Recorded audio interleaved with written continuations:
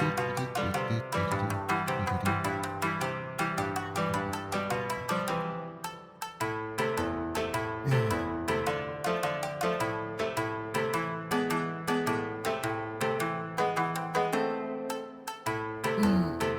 a bit.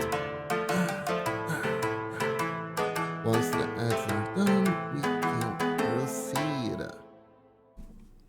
Oh yeah, let's also post stuff.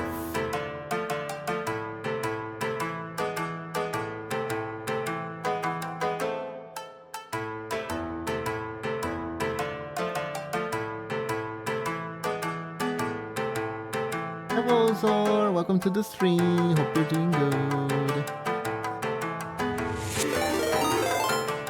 Oh my god, Sharky, thank you for the sub. Thank you. Welcome everyone. Oh my god.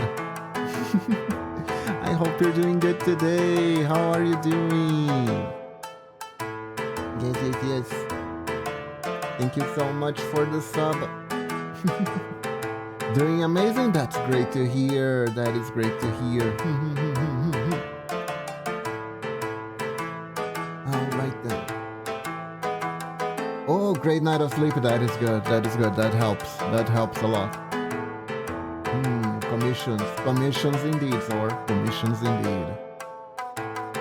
I might need to actually close them for a little while. I gotta get ready for my birthday, you know?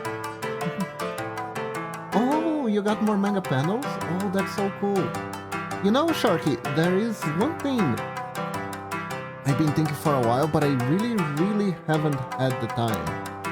I kinda wanna try to do like a fighting animation between two characters at one point.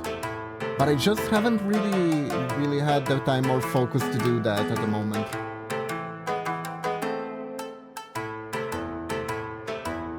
Who knows, maybe I'll like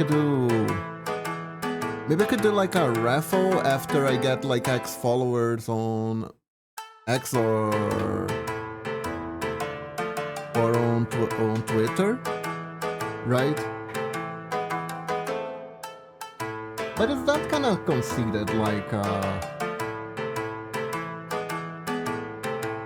like me versus someone else? But I don't know if like me versus someone else and on a raffle would be weird. I think it's best if I'm doing a raffle, it would be two characters of the person fighting each other. Yeah. But anyways. 3, 2, 1. Let's go. Hello everyone. How are you all doing today? I hope you're doing good. Today we're on a quest.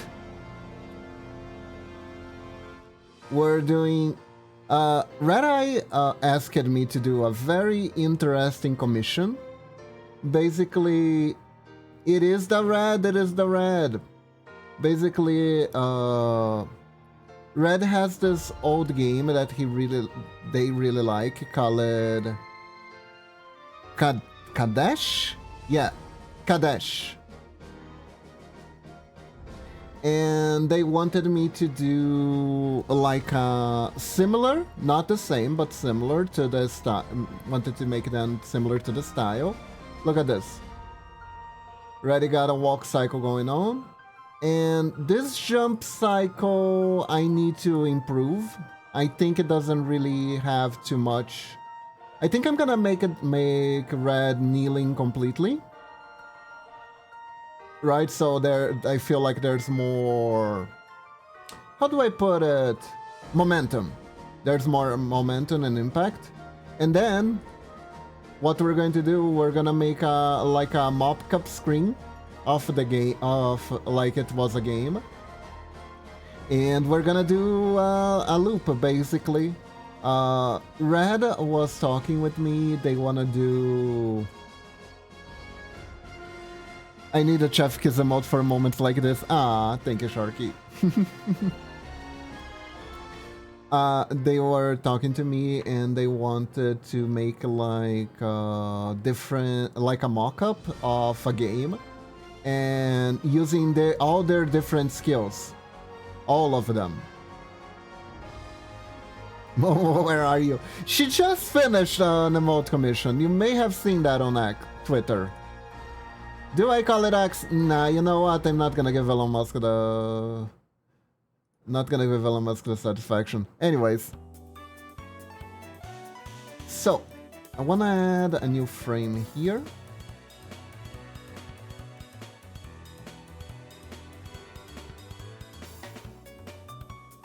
Time to lurk for the points to get 80k. Hopefully we'll be done with Sword 2 by then. Oh, 2.0. Ooh, nice. Cucking Elon.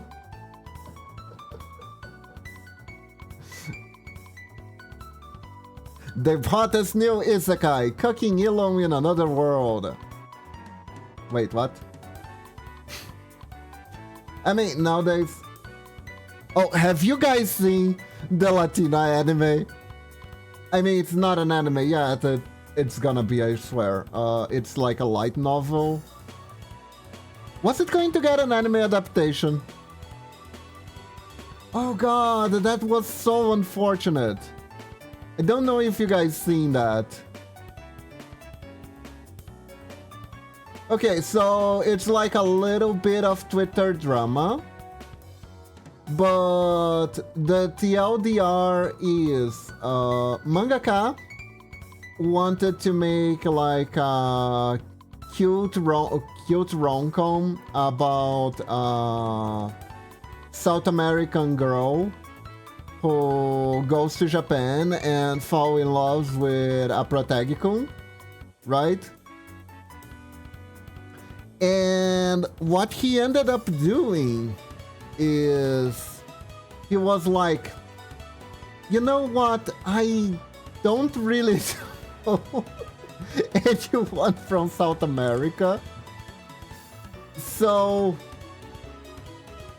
I'll just, but I'm pretty sure ChatGPT is a very trustworthy source of information, so I'll just ask ChatGPT what's a common name for a South American girl. What's the common name for a South American girl? And instead of giving her literally any name, like, I don't know, Thais, Elisa, Maria, which is almost stereotypical at this point, but it is a pretty damn common name, right? Anything. Kreuza would be fucking better. Instead,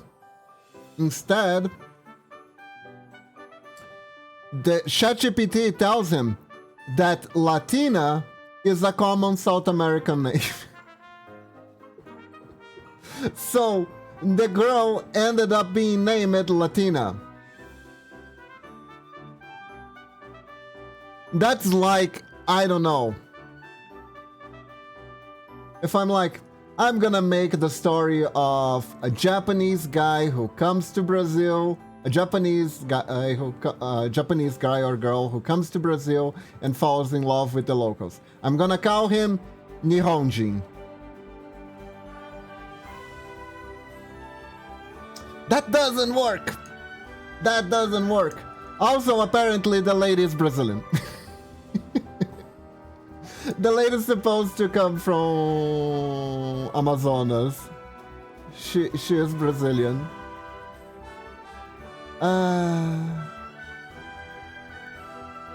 Like, honestly, guy got scammed by ChatGPT.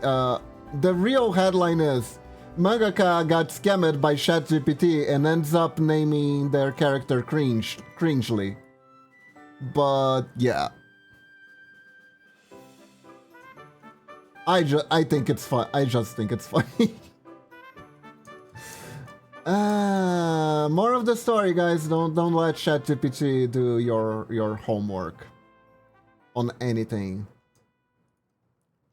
ChatGPT is insane.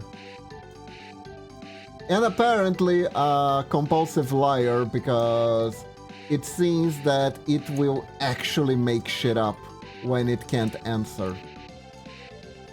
And it will give correct information with incorrect information. Because the guy asked for a list. Exactly, just don't use ChatGPT. The guy asked for a name list, right?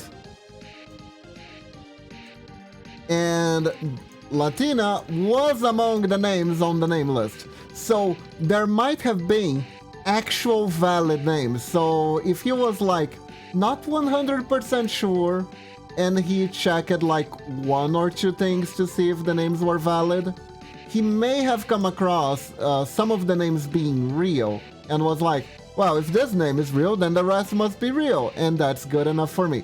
So yeah, don't trust ChatGPT. God. Hey Camel God, welcome to the stream. How are you doing?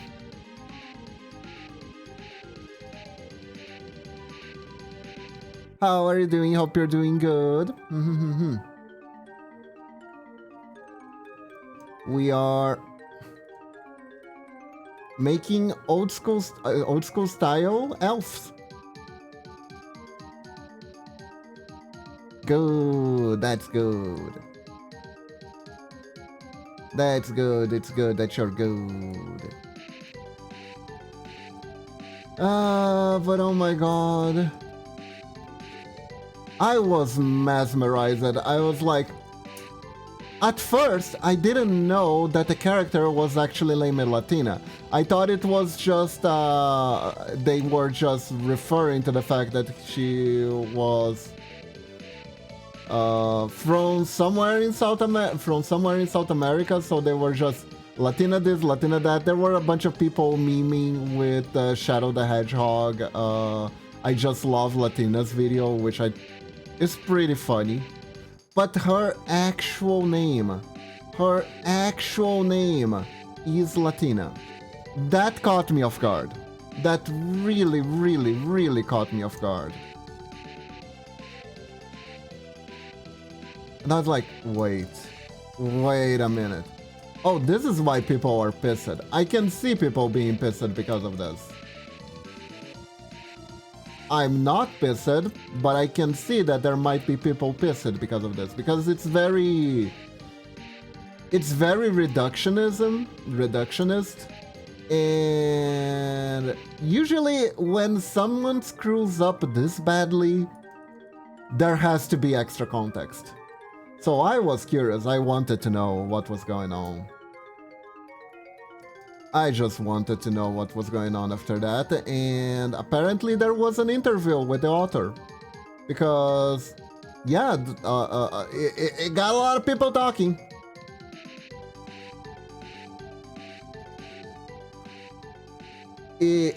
I guess that's the good thing. It did get a lot of people talking about his work. It did. Also, I think I saw some people doing like fix of the character's design to make it look more Brazilian.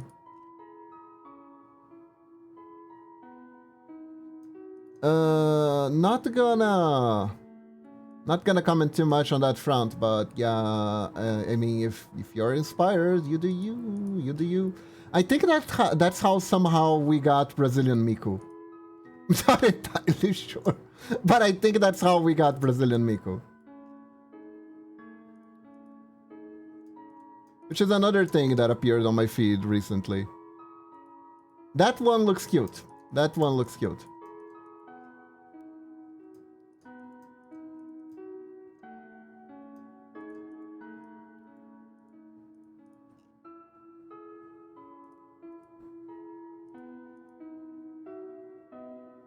That one looks good. There are... I think I saw like one or two people actually complaining about it, but it's Twitter. Twitter's gonna be like, oh, you like this thing? Let me show people who hated that thing so you can be engaged with us forever. And I'm like, how about not? How about if I just ignore you because I know exactly what you're trying to do to me, Twitter?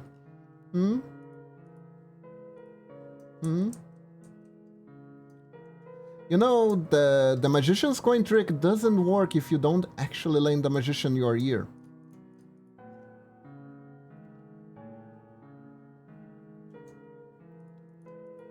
That's the thing. You guys are smart enough. You probably know this. You know that Twitter literally tries to show you stuff to make you pissed on occasion, just to make sure you stay there longer, right? That's how their algorithm works. Don't give in to the temptation. It's literally just there to bait you into staying there longer than you need to.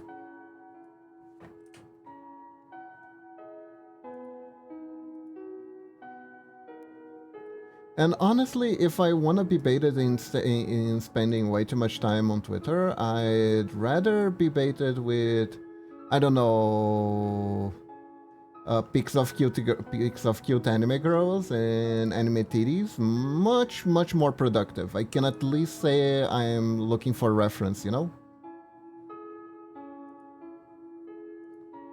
Let me check just something.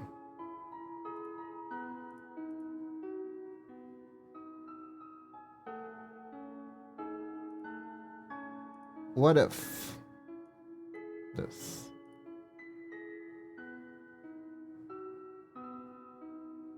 Interesting. I don't know how organized this, but I think this position's pretty useful. I am gonna do a crouching, one where she's crouching completely. Because honestly,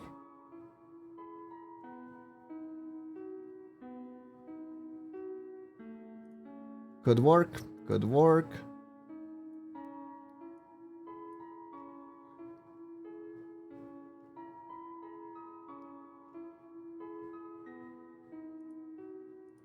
Okay, so I do this, I do this here. Do. But yeah, hope you guys are doing good and be careful of X. Just go to X to look at artists' cute pictures and run away from anything that involves talking. It's my personal recommendation.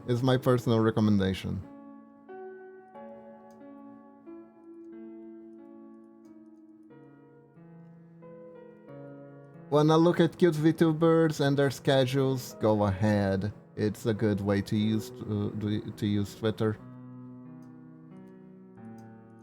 Just don't use it as substitute for news or whatever. It's very bad, usually very hard to figure out what's real and what's not. Man, speaking of what's real and what's not, I saw an anime that was so freaking out there on the weekend with Momochi. It's on Netflix right now. It's on if it's on Brazilian Netflix, it's probably everywhere else, right? It's called The Green Variations. And the key idea of the anime is it's the Green Tales, right, from the Green Brothers, the fairy tales, but with twists. And the twists are wild. They are just absolutely wild. And it's done by Clump, and when you give Clump too much creative freedom, you usually get like the wildest shit ever. So the first episode was like the most normal one.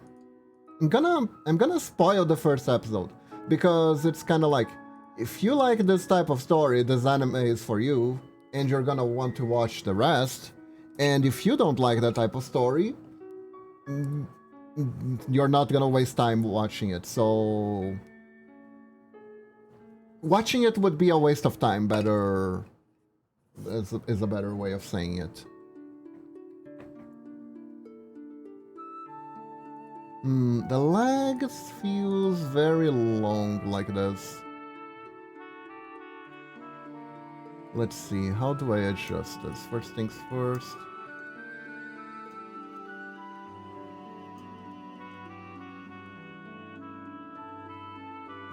This.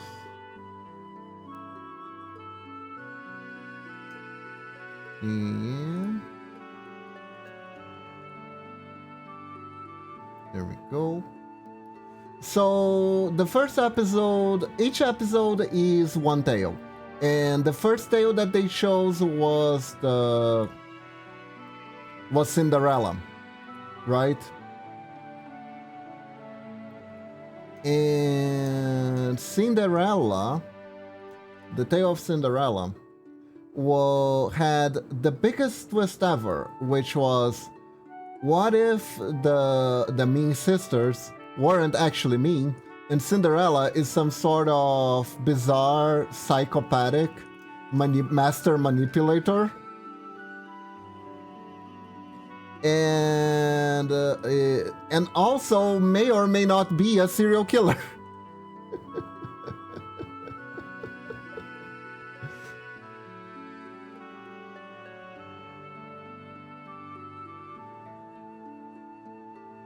You know how the dad dies at the beginning of Cinderella?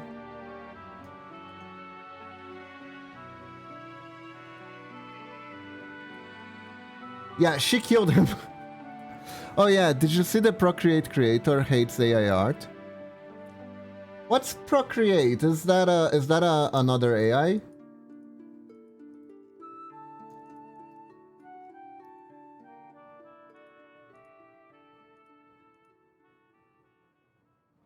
I got no clue. Some sort of software for editing or something. Oh, I see.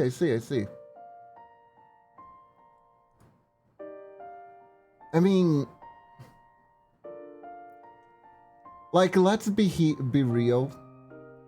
The whole thing is sketchy as fuck, and people haven't really used it for anything other than being sketchy as fuck and tricking people. So yeah,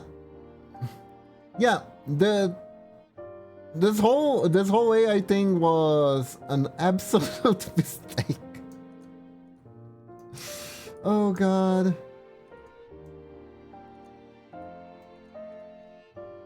Man, what a time to just finally decide to be an artist. Jesus Christ.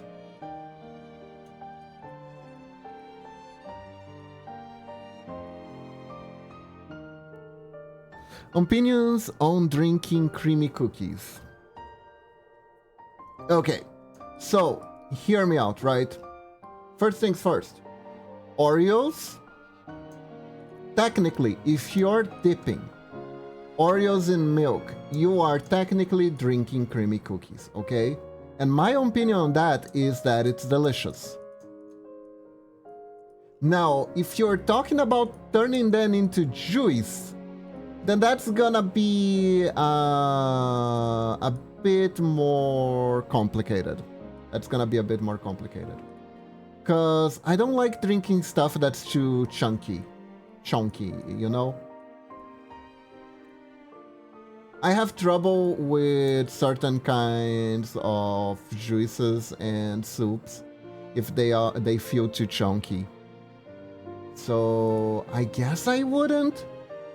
I don't know. It depends on what you classify as drinking, because, like, for instance,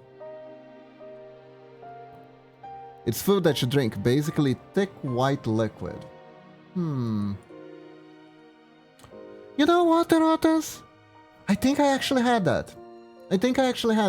Because this one time they were selling on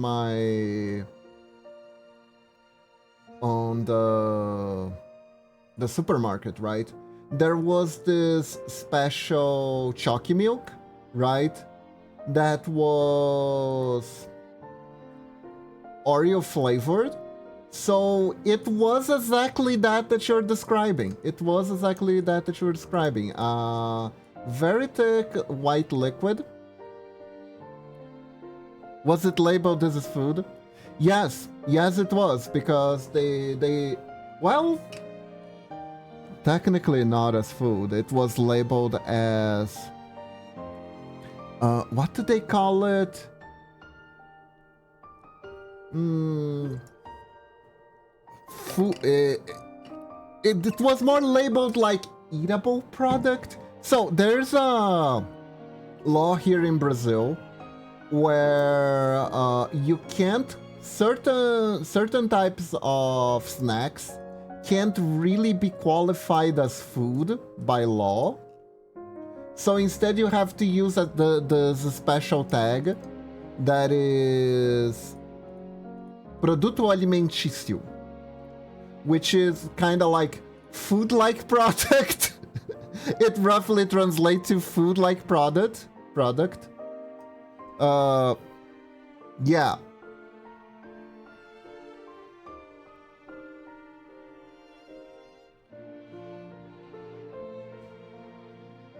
Yeah, no, really. The bottle has a label saying this is food and it's a drinkable meal.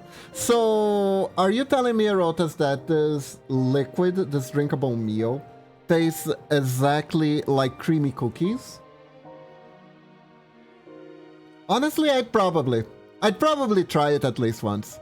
But it feels like something that would make me regret my life decisions when I went to the bathroom later. This is a somewhat edible product label too. When? It does, but it feels so weird to drink. I see. You actually had that? Yeah, because the chalky milk that I drank also felt pretty weird. And honestly, you know when you drink something and you can kinda imagine your HP bar going down when you drink or eat something and you feel your HP bar going down because there's no freaking way. There is no freaking way this is good for me. You're having it as we speak? Oh. Oh, you bit the bullet then. Oh. May it have no adverse effect on your body.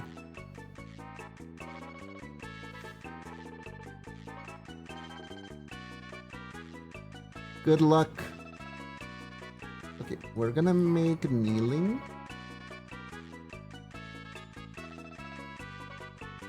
Go. Man. Interesting. So I already know how it basically feels weird. Yeah, I can imagine. Like, you're not supposed to drink your food. You're supposed to eat it. Got a late shift tomorrow, so I can step later? That's cool. Oh, and you're choosing to spend that time with me? Thank you very much. I'm really flattered. Thank you.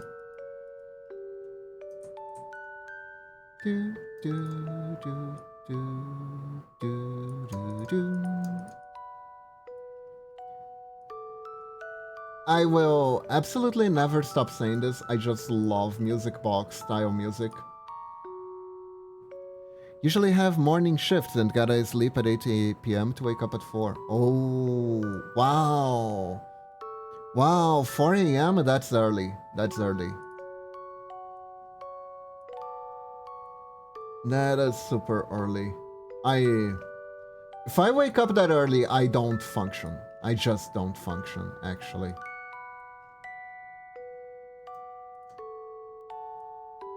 I do not. I tried it once, I hated it. Had a flight to catch.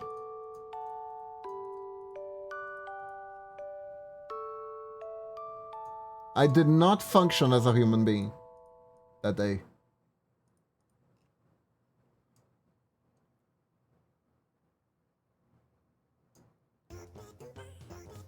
I take my time to prepare. I have to fetch questions at a time. Yeah, it's rough. It's rough.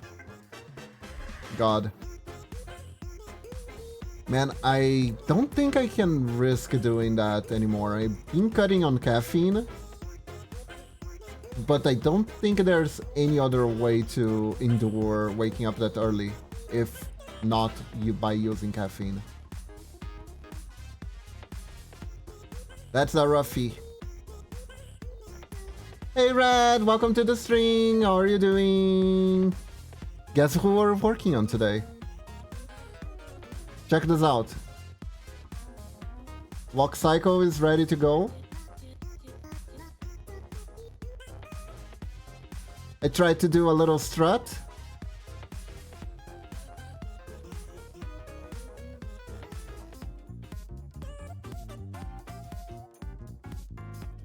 Hope you like it.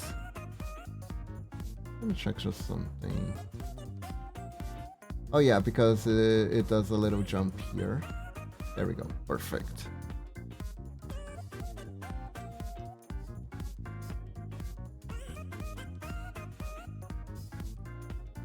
And I'm working on the jump, and I was wondering, how big do you want the area to be? This is the current canvas that I was thinking. But if you want anything bigger, like diagonally or horizontally, you just... not diagonally.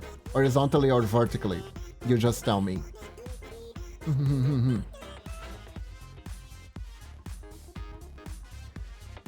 God, this music's such a banger.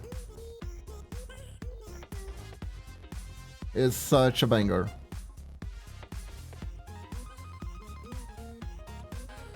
Hello, Super Fudge. Welcome to the stream. How are you doing? Hope you're doing good today. We're working on the Sussy Elf. Man, I really dig how this style is turning out. Let's put the Booba back here. Doing good? That's good. That's good to hear.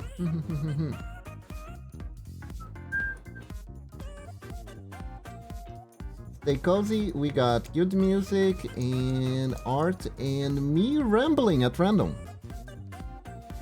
A little higher? Alright.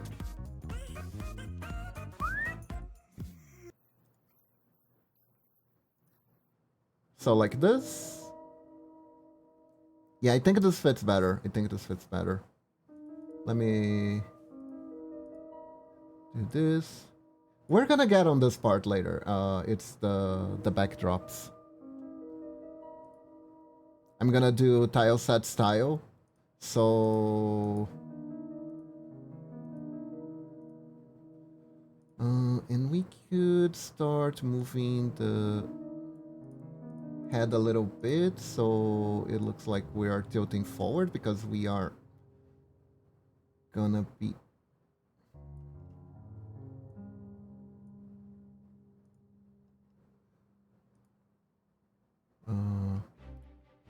hunching over a little bit.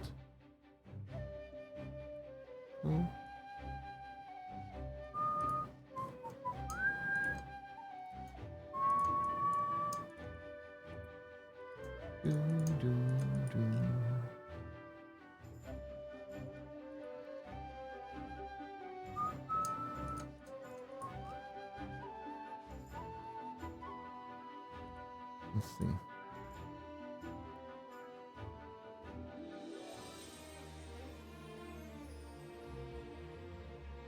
Almost there. Okay, I'm back. Welcome back, Adotas. Welcome back. We are doing stuff.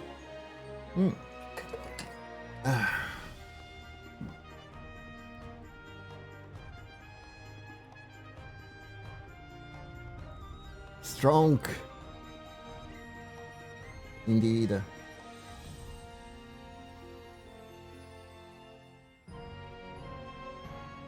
Let's take the arms here.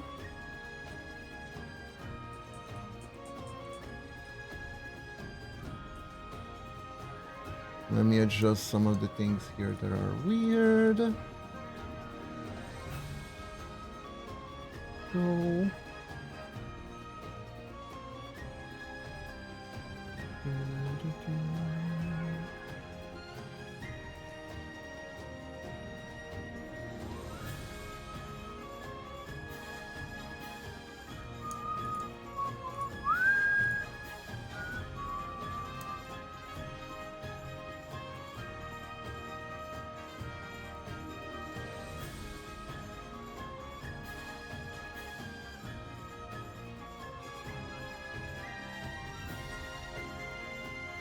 Here.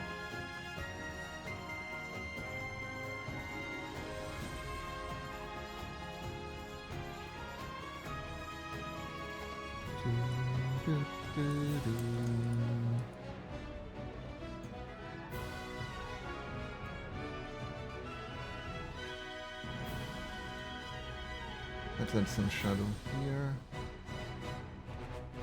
There we go. Okay, so now here's what we do.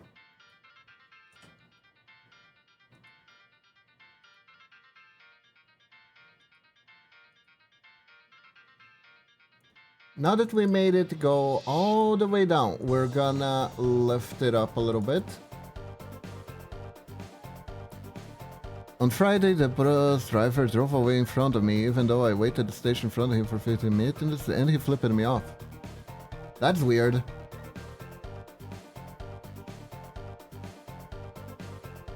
That is really weird.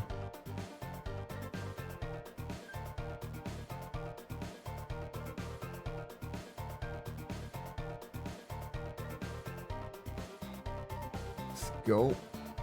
Huh.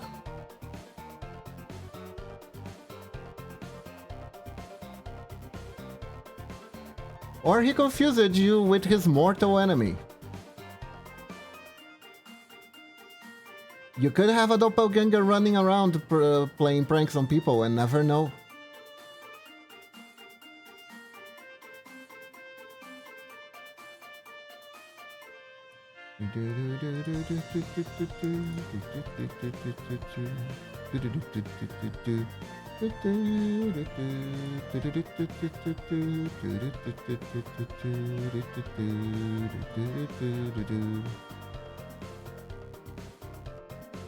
Let's go.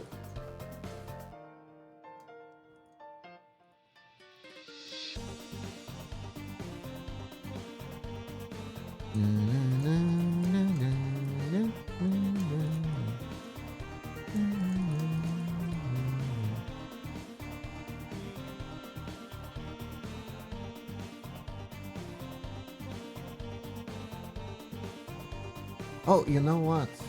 You know what? Because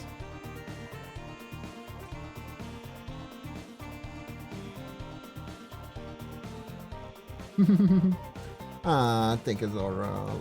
Thank you, Zora. Love you too. I've been brainstorming a bunch of ideas for the Subathon, and honestly, I think I had some pretty crappy ones. I had this bizarre idea. I had this absolutely super bizarre idea.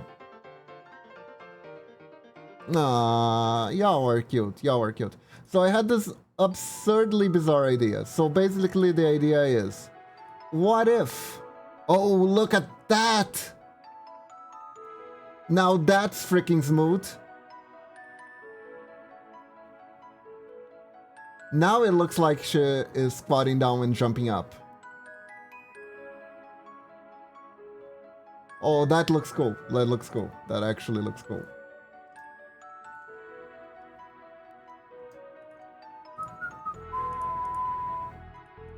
So I was like, what if I did a tier list?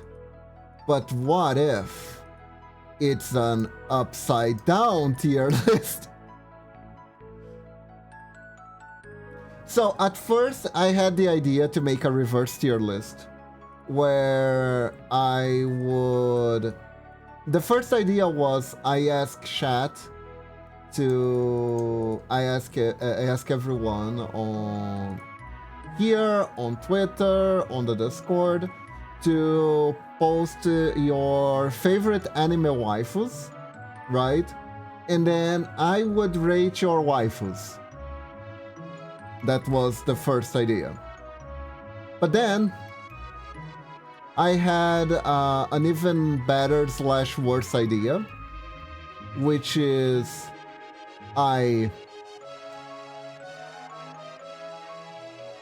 so the other idea that I had is instead I pick my waifus, right?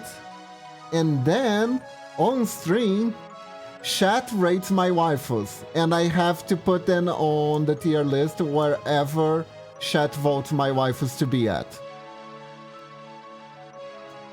So for the first time ever, on a tier list stream, chat gets to judge the streamer instead of the streamer judging other people.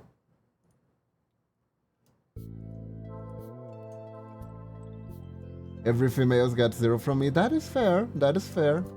We could rank them on head pet ability though. Kiba is a tier S5. Aw, thank you. I wish I could come up with good ideas. Do you think that's a good idea? I'm not entirely sure it is.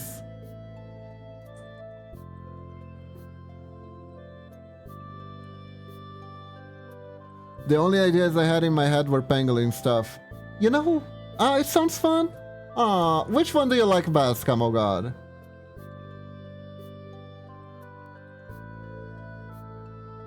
That's the thing, Zor. I can be both. Behold.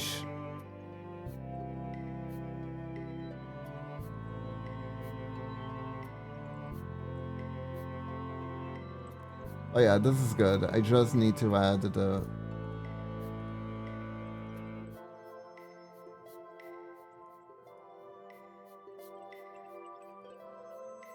But yeah, I think in order to set that up, I would need like...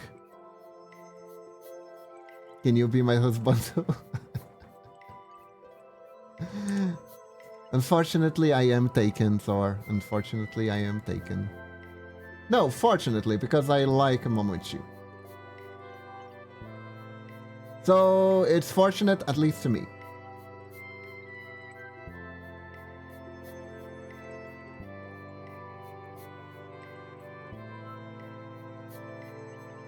Which is really good, because as I once said before, I can be extremely, extremely dense.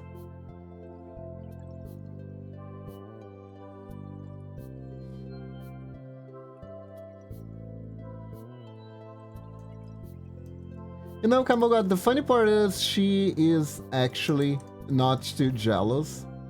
I remember I was teasing her once, being like, "Hey Momochi, what if I made an OnlyFans?" And she was like, "If it pays, if you're making a lot of money with that, I wouldn't mind."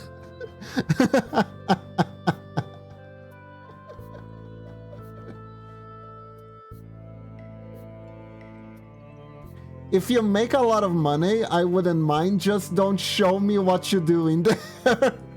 What's her answer?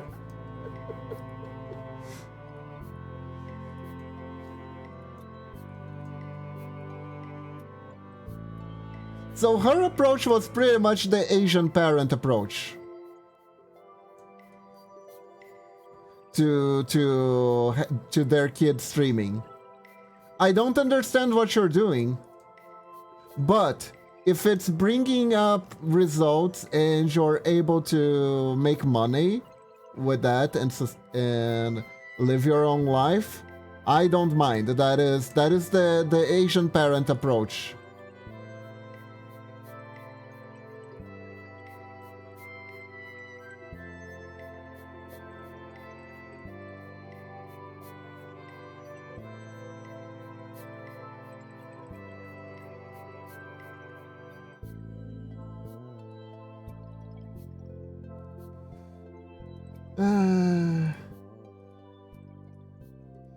Yeah.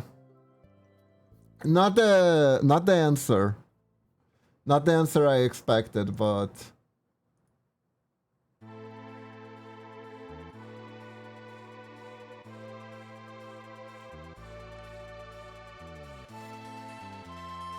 Oh, going to her house is a part of the date. Yeah. No, that one was terrible. That one was terrible. See, here's the problem. I don't have a lot of stories about me being clueless, because that's kind of the issue with being clueless. I wouldn't be able to list all the times of being clueless, because if it never anything ever happened, then I wouldn't know. But like, at least I'm not clueless enough until after that, like, I understood what our relationship was, so yeah. Still funny that you accidentally said unfortunate. Yeah, it's a manner, it's a speech pattern. It's a speech pattern thing.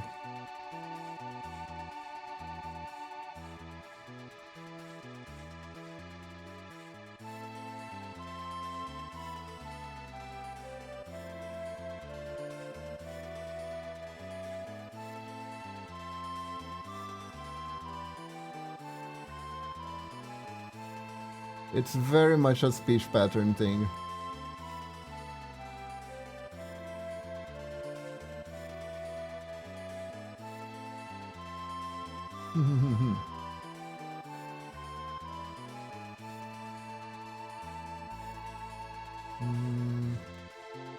Honestly... Let me see...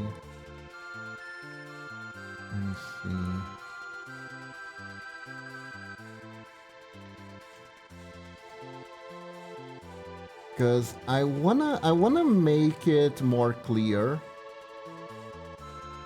that Red's arm, Red is reaching out to put the arm on the back like this, right? Oh, I know.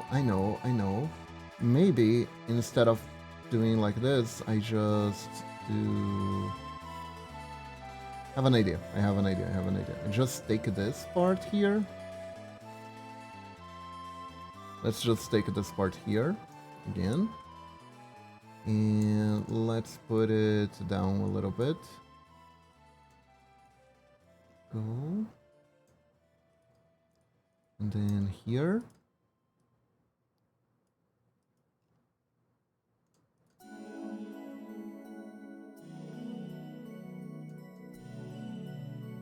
But like, I really like my relationship with Momoichi, don't worry. Like I said, she is actually not that jealous.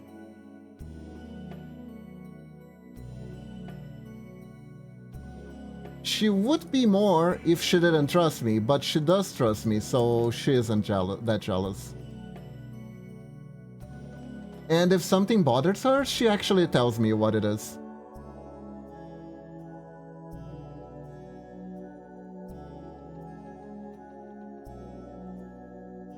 Which is good. Well, not gonna worry about that because not my business.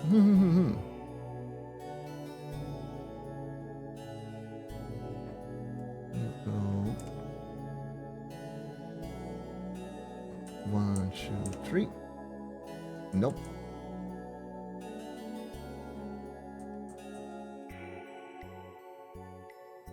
And why didn't it work for both? Anyways, here we go.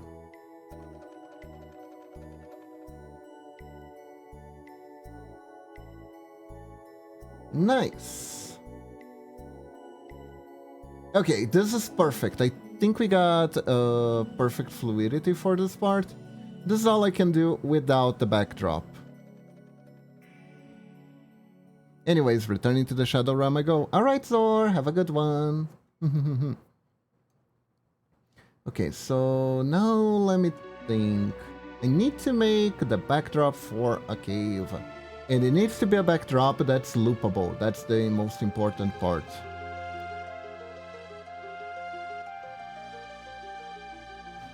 So let's see what I can do by making some rocks.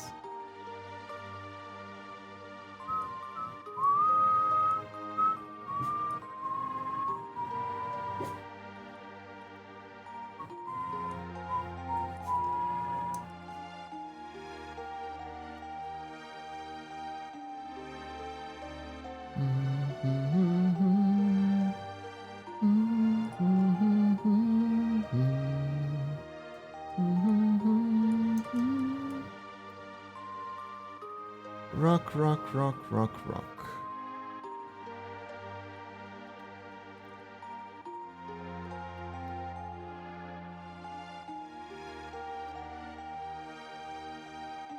I think I'm making them two-face fronting. Let's do like this.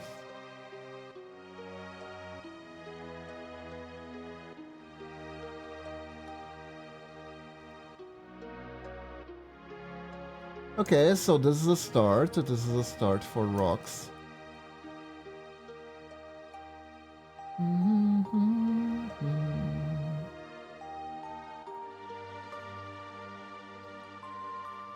Do I want to do like this or like this? It's just important that the backdrop colors are more or less muted, so it doesn't detract from red, which is the main focus of the piece.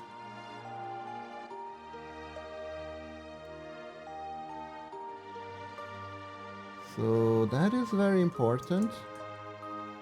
That is very important. Let me add more border here. Here and some here. But yeah, which one do you guys like best? The one where I put my waifus for you to rate? Or where I rate your waifus? I think you wanted the one where I put my waifus to be rated.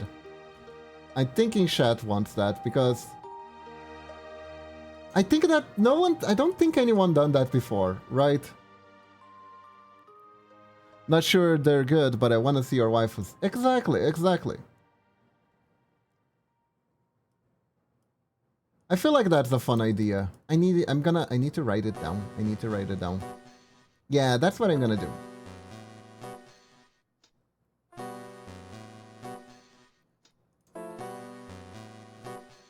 I can also like give a little context about the waifus, what story they're from.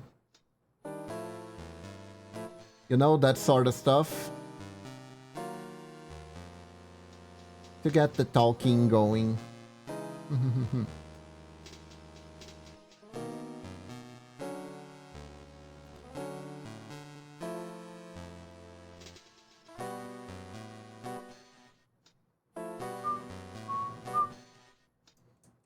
I want to here.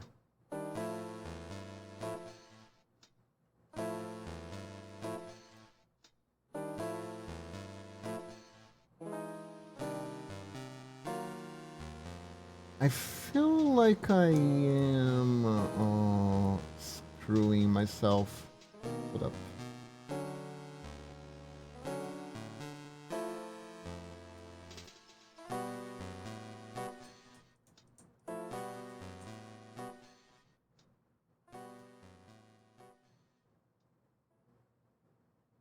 Let me do it like this.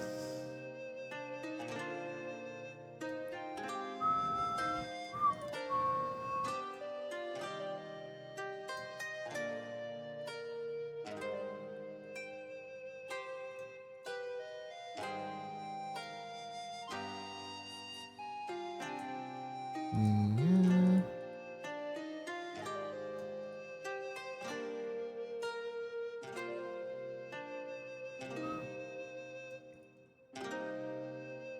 And like this. There are quite a few. I'm not gonna spoil them now. But for the sake of the list, I'm gonna put in the waifu category all female characters that I like basically.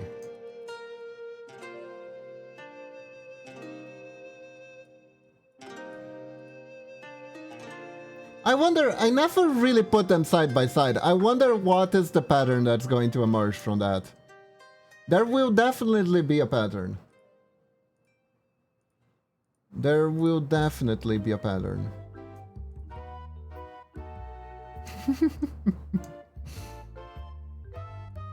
do do do do do do do do do do do do do do do do do do.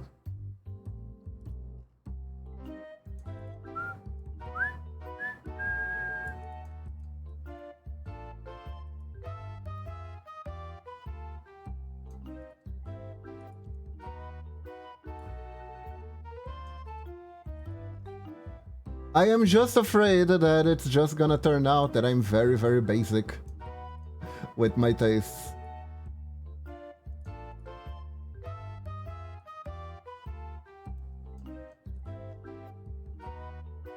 But that's kind of the fun of it. You guys get to poke fun at me for that.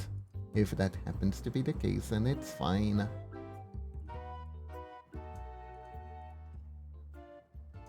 Oh yeah, also, I do wanna say another thing about the birthday stream. My plan is to start the stream on the 31st, right? And stay up until it's September 1st. So basically we started the stream on the day before my birthday, and it goes up to my birthday. It stops when it's my birthday, essentially.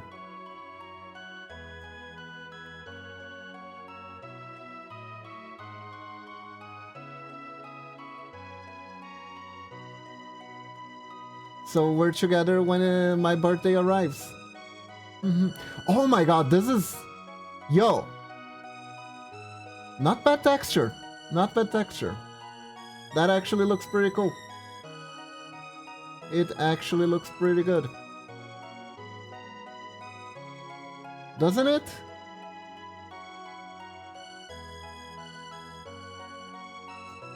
I was like, I'm gonna test this style. I don't know if it's gonna work or not. Actually surprising myself there. This is not bad.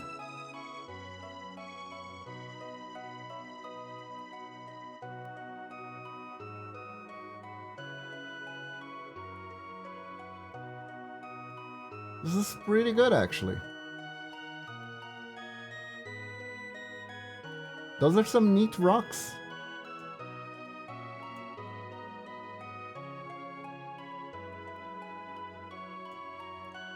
Can do like that. We can make uneven surfaces like this.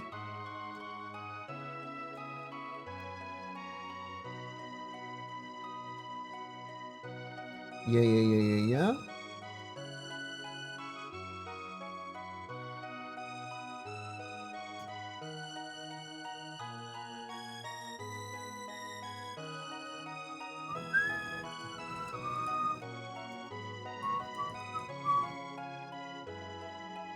But yeah, I'm gonna try to scour.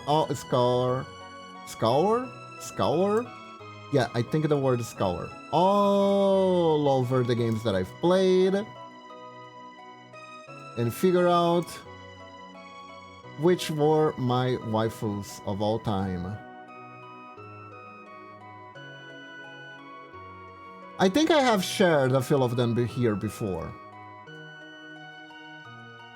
But like I said, I'll keep that for the gushing over waifus for the stream. Momochi is not the only one who has waifus. But boy, the Momochi has a lot of waifus.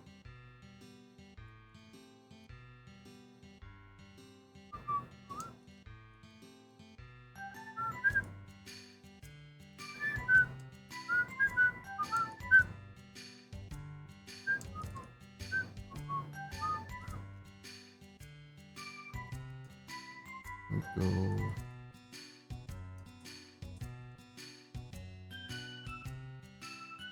Rocks!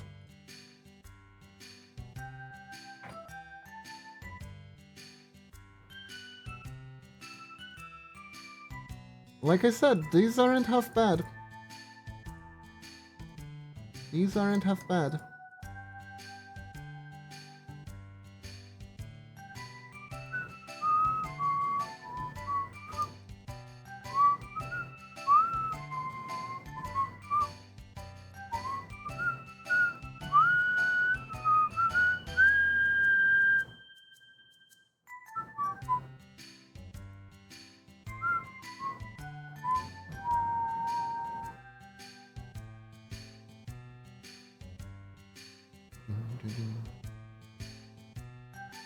Pick red best waifu, only a little bit yandere.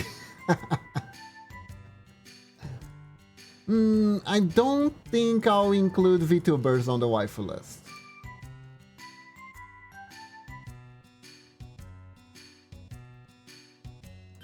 Can you imagine I have to pick...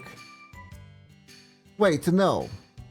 Technically I'm not the one who's rating, it's chat. So it's chat's fault if they say something that offends anyone. But let's not. Let's keep this as fun as friendly as possible. Because usually those Smash or Pass tier lists or whatever, sometimes I hear they get pretty heated, interestingly enough. I also see a bunch of people who do them without paying proper respect to people's hard work in designing their own characters.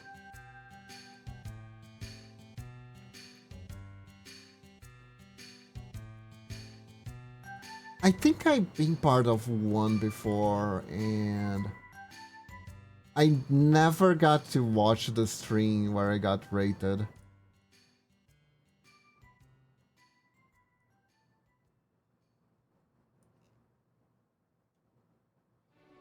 I never got to see the stream where I got rated. Have you ever been a part of one of these, Red? Smash or Pass lists? It also feels a little bit weird to be part of Smash or Pass lists because, you know, married.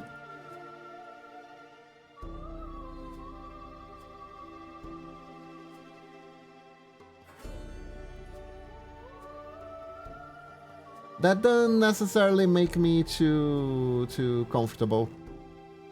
Many. Oh. You probably got a high rating, I'm sure. I really like your design.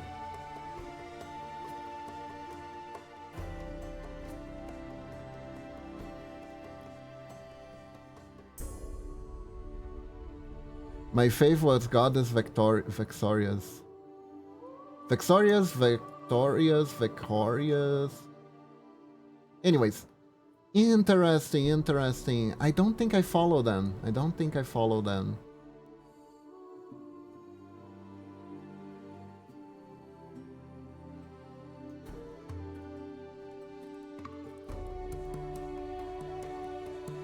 Well, like I said, I'm pretty sure you got high tier. I really like your design.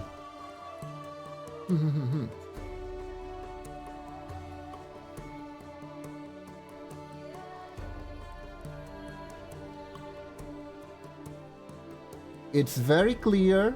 It looks pretty cute.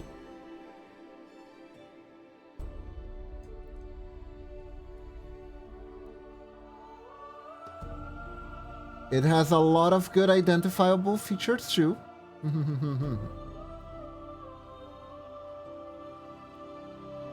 Which is a thing, like, and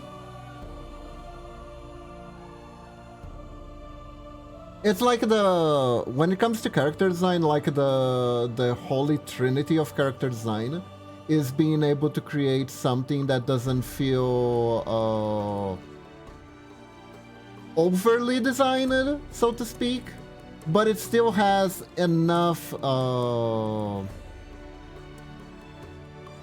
enough features to be, how do you say, to be easily recognizable.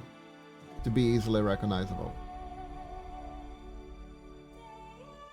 And creating designs like that is hard. Especially something that looks unique to you, you know?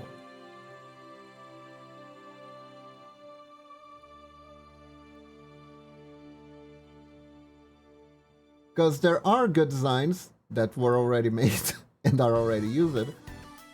And sometimes, in an attempt to make something original, some people fall into the trap of just putting too much.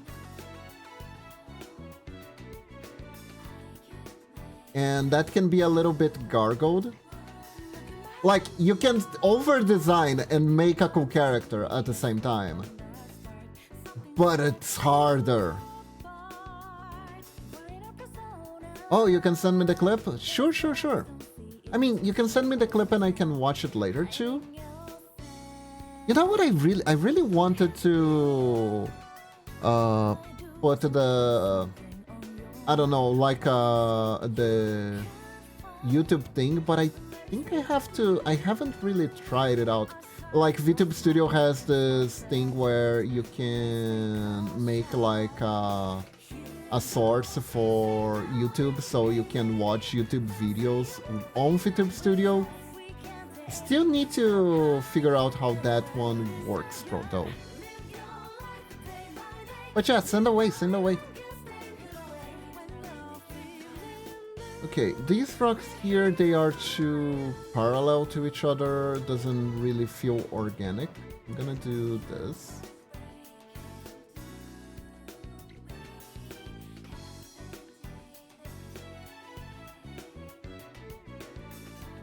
And this.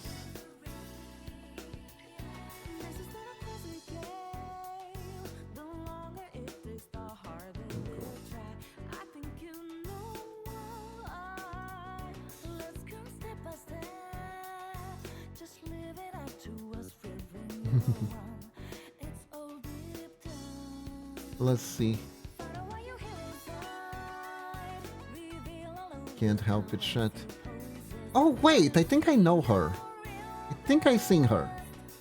Actually. Let's see.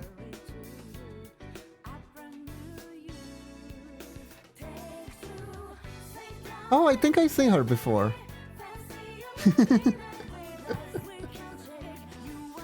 Nice.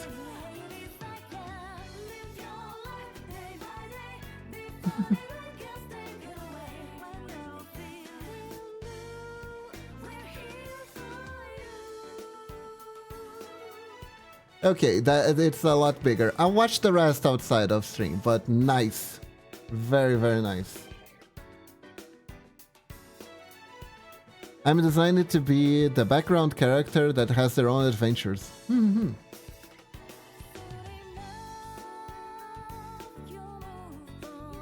I do think your design is pretty solid though.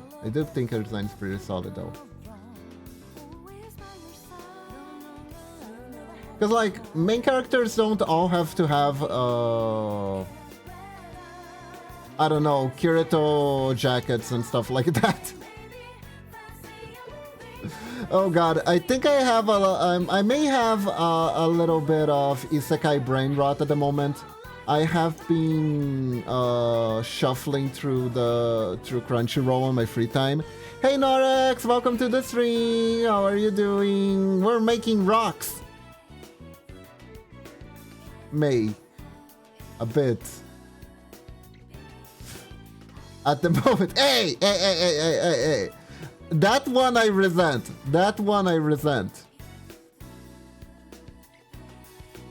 Slightly. I resent that one. It's too close to the truth. Anyways.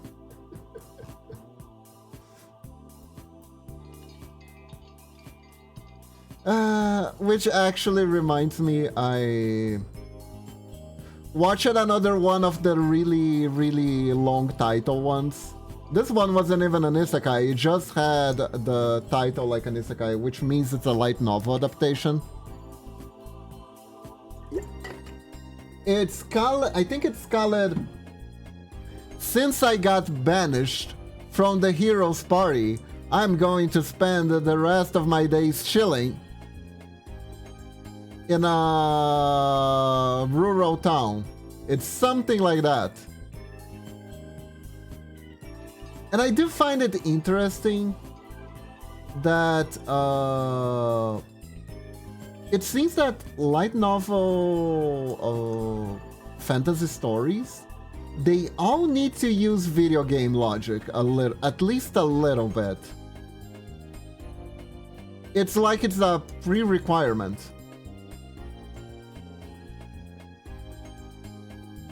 The sentence for a name stuff is yeah. It's getting more and more common nowadays. It's getting more and more common. I mean, just look at the VTuber anime. Technically, that's not an isekai, but it's still called VTuber Legend. How I became viral after leaving my stream on, right? Which, by the way, that anime is super brain rotty.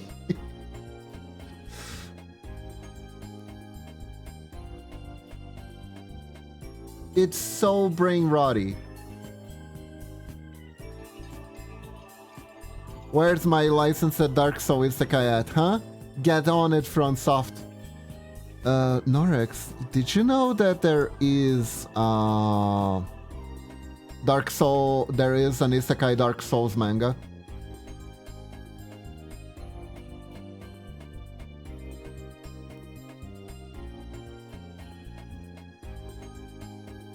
Did you know that there is a Dark Souls manga that's about Isekai, like everyone, it's kind of like player on world where none of the characters know that they're in a game except for the player. God fucking damn it, I was joking. Apparently Mio really likes it. And basically it's like everyone is very serious. It's Elden Ring. Everyone's very serious. But the main character is basically the bored video gamer who is doing a naked run.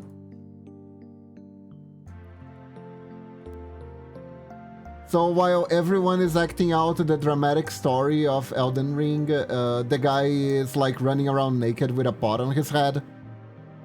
God fucking damn it, I was joking. I'm sorry, it exists. It is real. Norex is like, Elden Ring Isekai isn't real. It cannot hurt me. Elden Ring Isekai.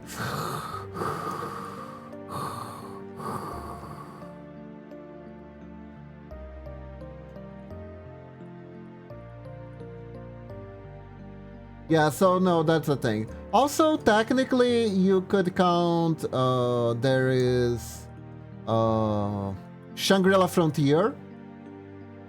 Although Shangri-La Frontier isn't really an isekai, they are in a game and it's just a game and no one gets kidnapped into the game world or anything like that. They're just wasting their summer vacation doing nothing but playing this one VR game. I guess they're not even only playing the game, they actually go into other games.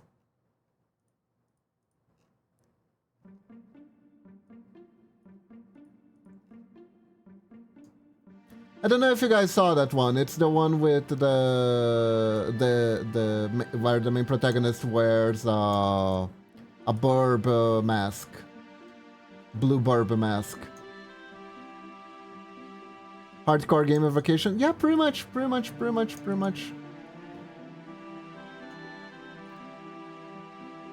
I'll be real though. I'll be very, very real. I spent so many of my vacations doing just that, and I regret nothing. I regret nothing. Especially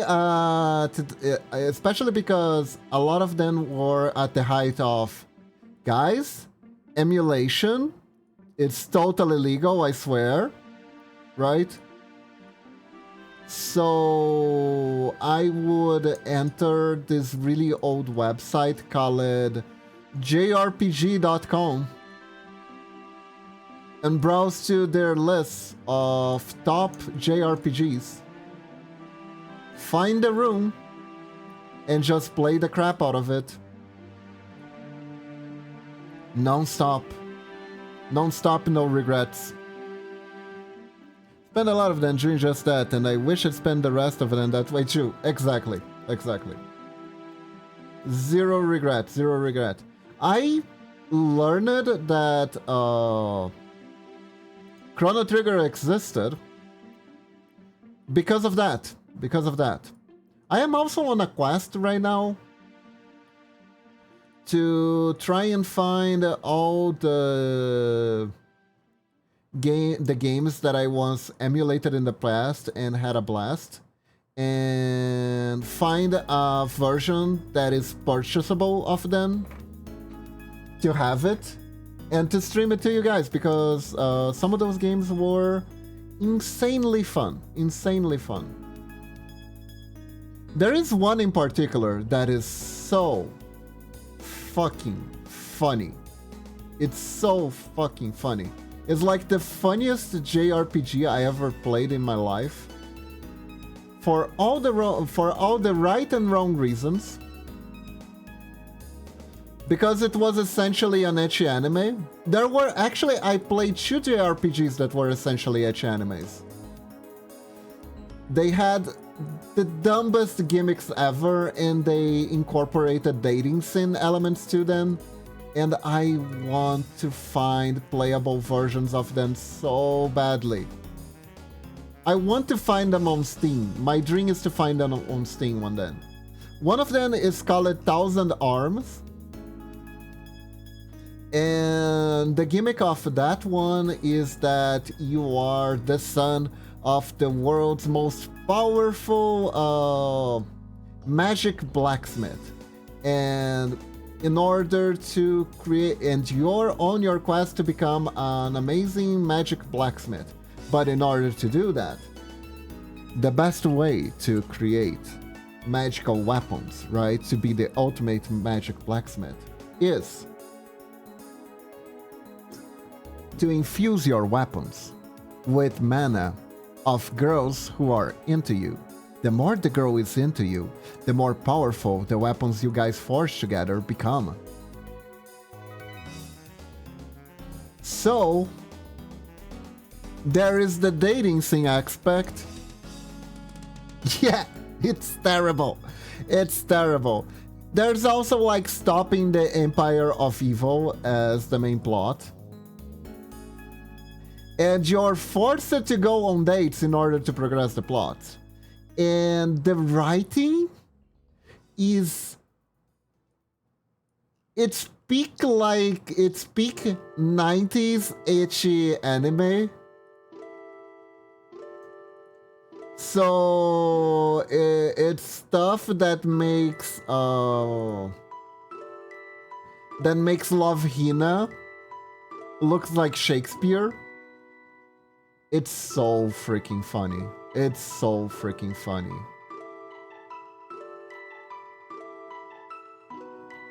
It's so bad. It's so bad. But it's also so good. I remember it being the most awkward experience I had in my life. Anime plot, you're a blacksmith's daughter and get kidnapped, and now they're waiting for the first time D&D party to get their shit together and rescue. What? Wait, is that a real thing? I can almost see that being a real thing.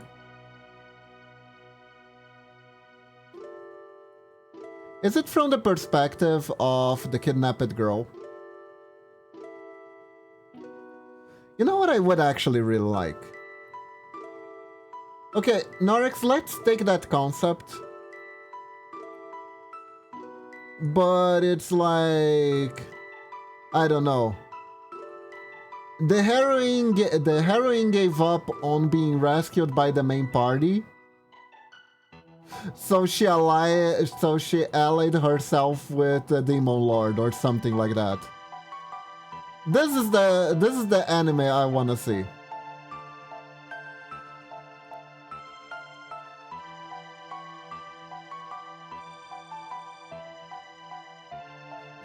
She has the plan. She realizes that the Demon Lord is like very bad at managing his armies. So she tries to overthrow the Demon Lord by becoming his second in command and being better at it than the Demon Lord is. That's her ploy to escape.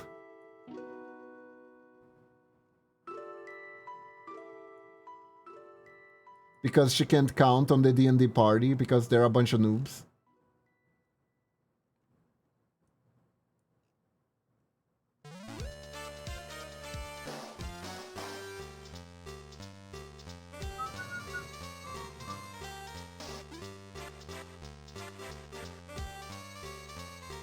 How about it?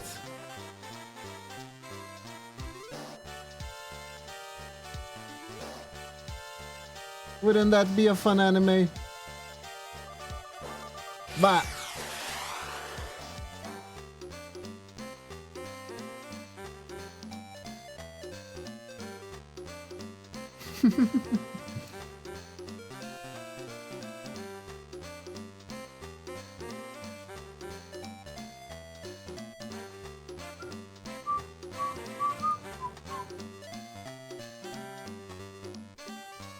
I was thinking more she's bored of her mind because all the players have magic GNG, so she picks up a new hobby every episode with slice of life shenanigans on the way. But sure, that works.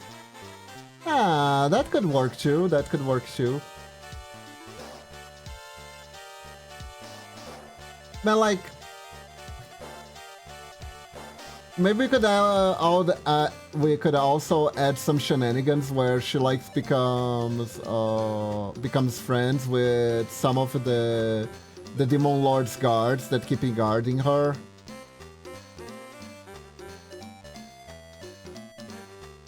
And it's all very sweet, and then the party finally arrives and hacks their head off. But maybe that's a little bit too much dark humor.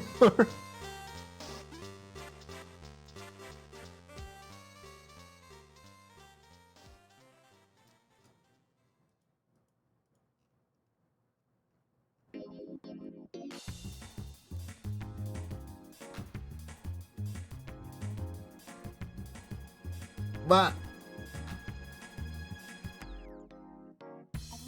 felt like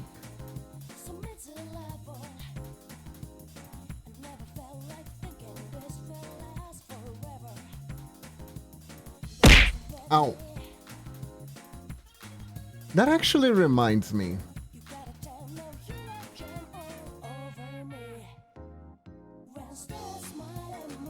I was thinking for the birthday stream that I should do like a wheel.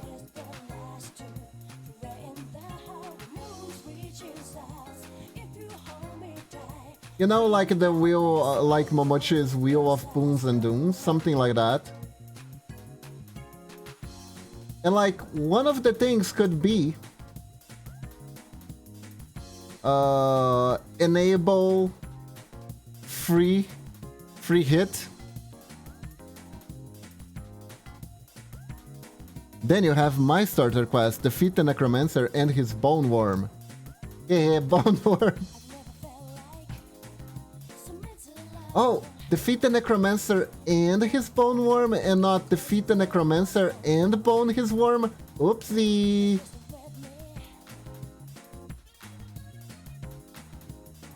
I made a silly mistake.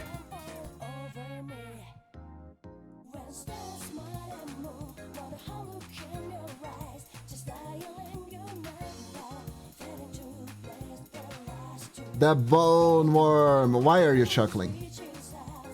My greatest powerful ally, the Bone Worm. Oh. Why is everyone laughing? Go.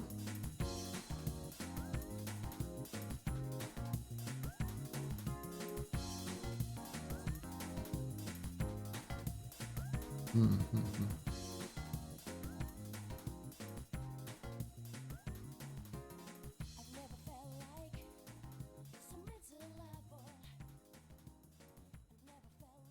we go.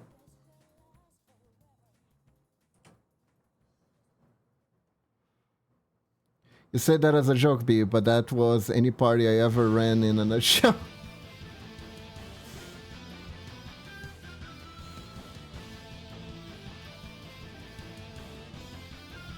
Man.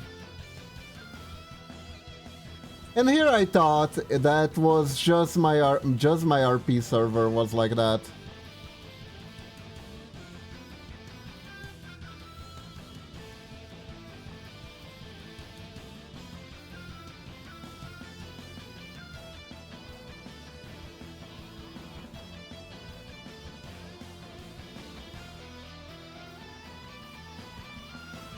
Yeah, yeah.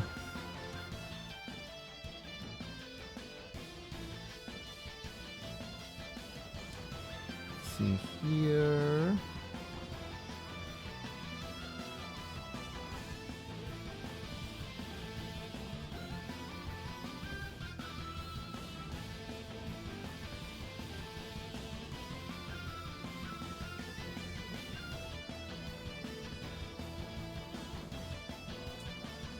Man, we had... Ugh. You know what? There are some things I'd rather not even think about. Anyways.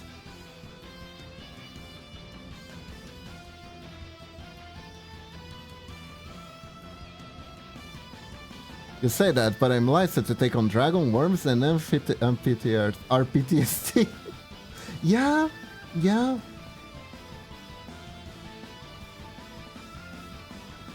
You gotta remember, Norix, I wasn't just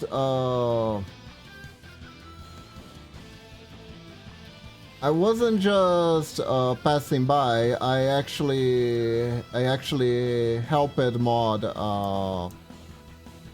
roleplay forum for a little while.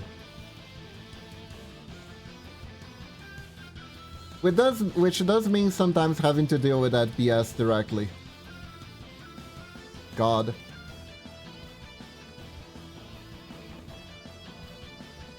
Speaking of quirky fun stuff, right?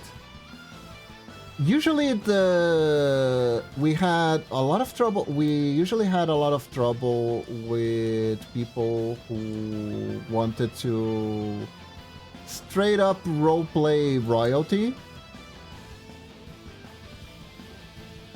which is really difficult to balance out when you're in a setting where every country that exists is already set in stone and every NPC that's important is already set in stone.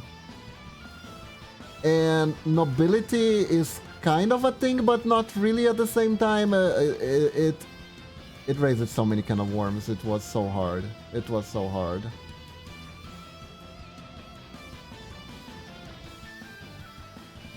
Like, for instance, the Ragnarok Online setting was a setting where elves were extinct. And the first roleplay session that I'm a part of, in comes marching an elf princess who is literally being carried by like 10 servants on a bed.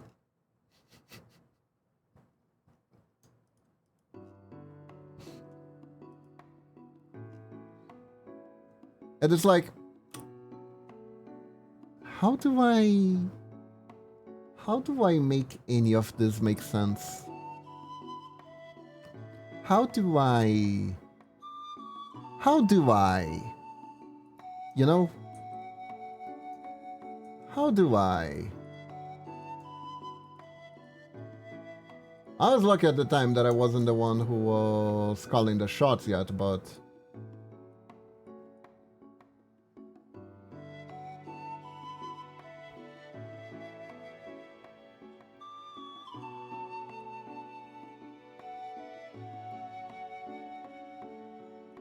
Some character concepts didn't really mesh that well with the background.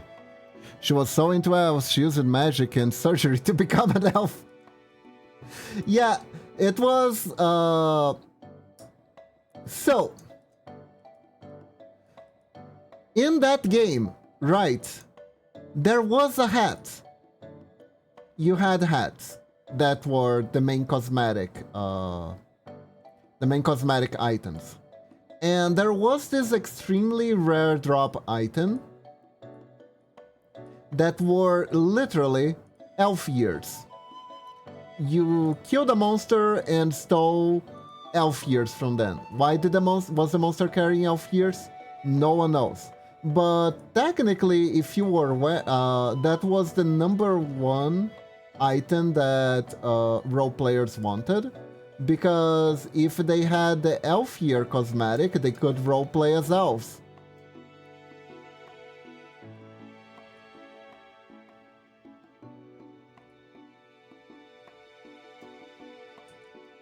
So yeah, that was also a thing.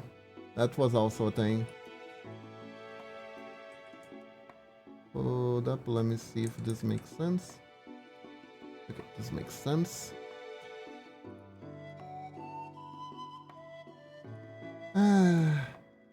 Oh god. There was just too many. I remember that the guy who was the leader from the main guild, he also didn't really help a whole lot with figuring out game balance, so to speak, of characters. Because he himself was kind of not a good example of like, let's keep the power level to something manageable so people don't have to feel awkward for role-playing as more simple characters instead of role-playing as demigods.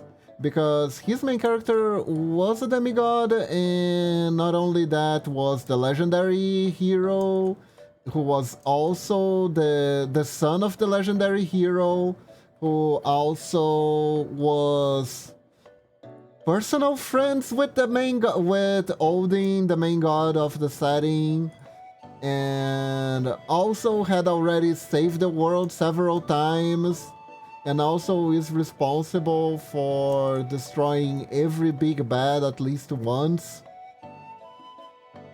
Yeah. So like, basically if you existed in the same universe as that guy, there wasn't a whole lot left for you to do in the game.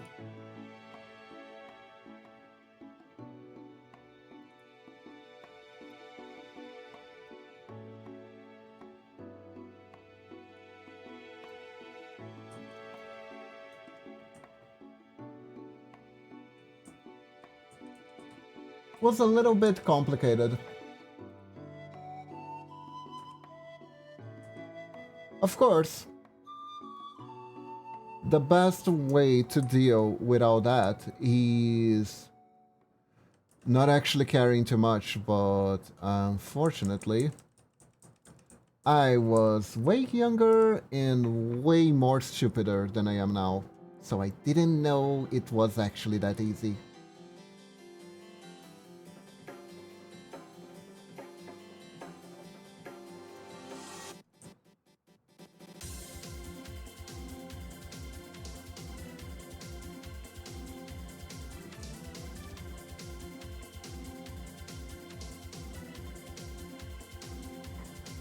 Ooh. Okay. So let's see here.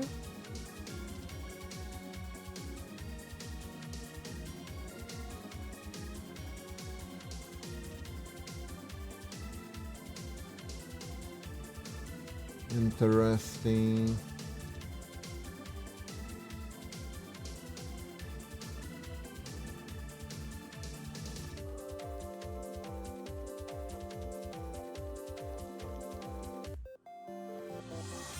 For this part here,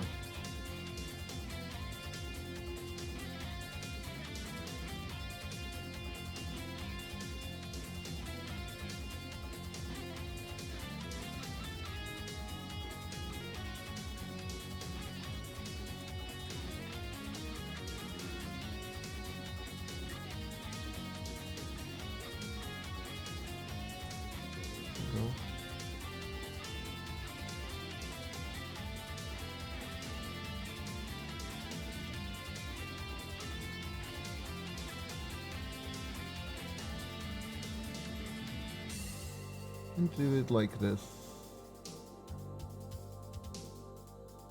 That's not too bad.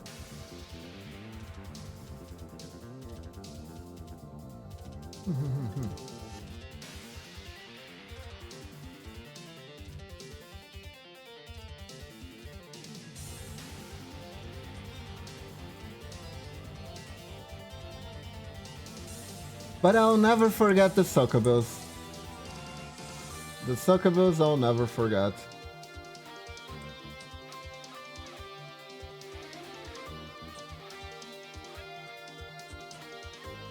There was the Succubus, there was this one guild leader that because guild leaders kind of took the role of DMs in that in the context of how we role played.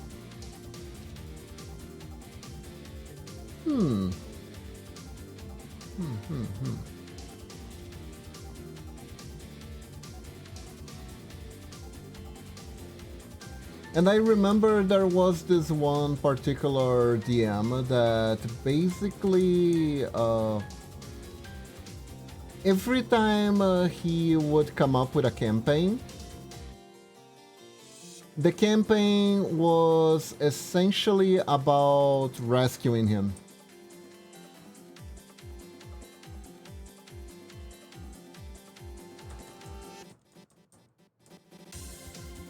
He would like die in some sort of grand heroic sacrifice, and the story was basically how do we get our beloved leader back.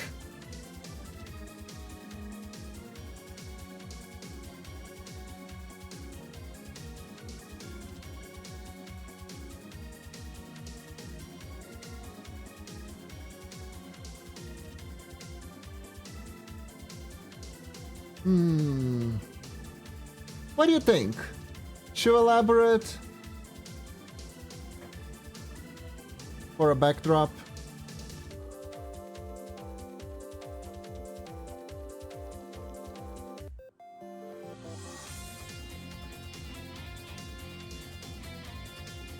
It might be a little bit too complicated, I'm not sure.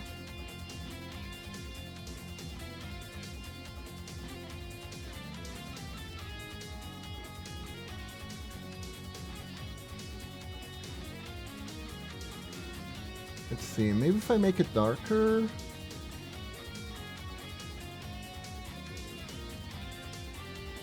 I mean, it should be darker because it's a dark cave.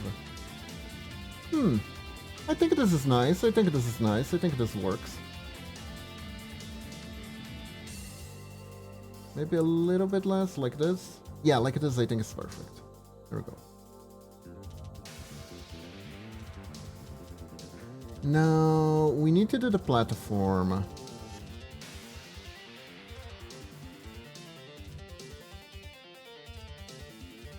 So, I think... Gonna use this tone. Gonna use a purple tone for this one.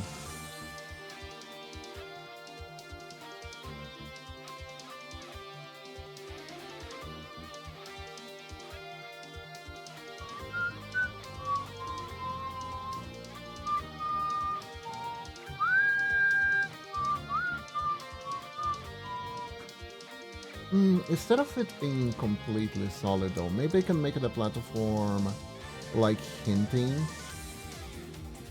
Oh, wait. This needs to be in a different layer. This needs its own layer. Go.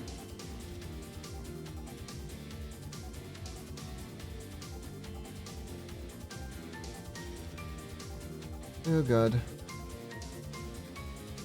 There we go.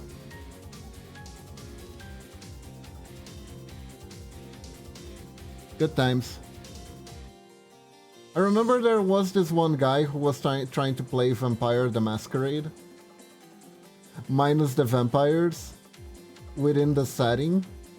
Within a setting of adventurers and Norse mythology.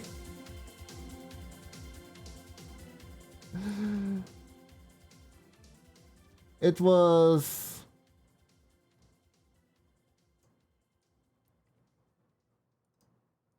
It was a work in progress, let's put it that way.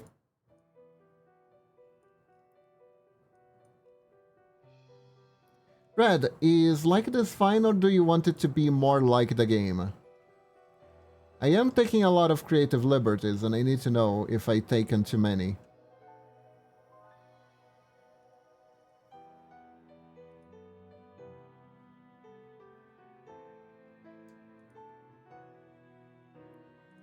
If you are still here, that is.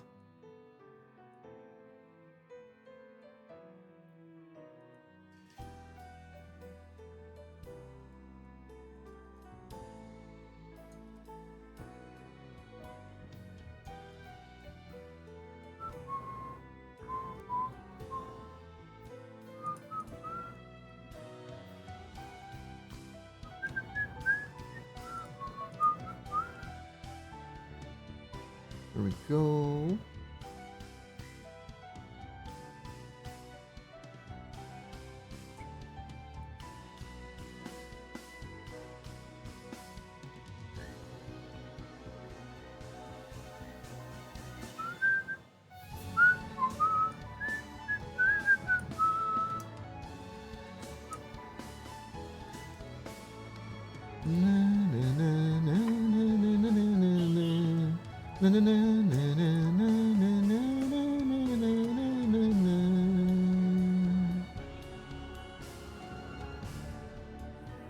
Stony Rock, hello Skay, welcome to the stream. We are making rocks. We are making the rocks. These are not bocces, but they are the rocks. What? Anyways, welcome, welcome, welcome. Rock and stone. Rock and roll.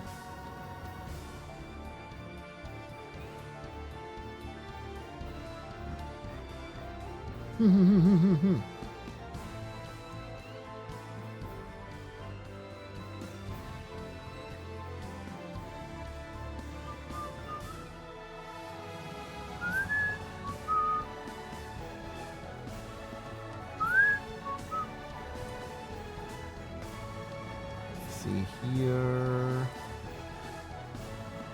This to here. There we go. This is how you make game tiles, actually. But how are you doing today? Welcome, welcome.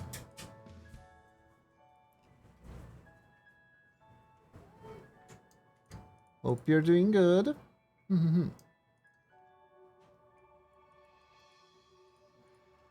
And I was trying to remember a story that wasn't too cringe from my role-playing days. Unfortunately, I did not have much success with that.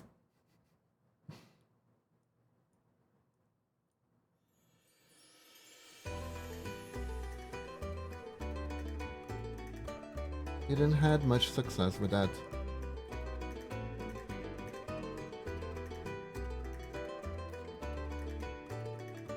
Oh, did I tell the one story about the girl who made who every single session she managed to find a way to get her character in like a terrible situation where she would die unless saved, and then she quit all of a sudden, so her character ended up canonically dead. All is okay for me, just trying to catch up on things. I thought RP and cringe were the same thing. They are. They are.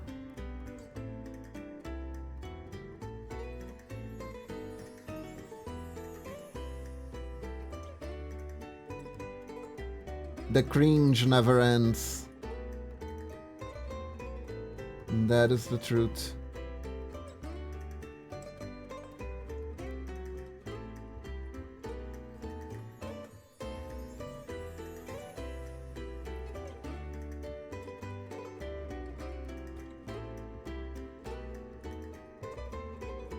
Their characters was always a damsel in distress, so was it her king? You know, about that, you're not wrong.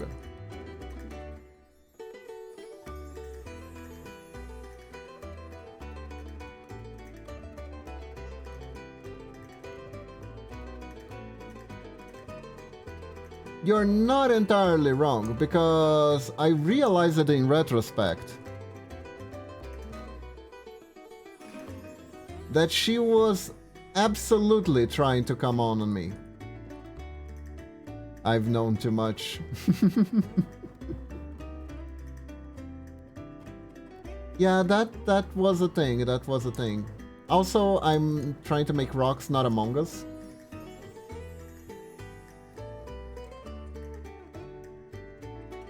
The problem is I actually want to be wrong more. I feel you.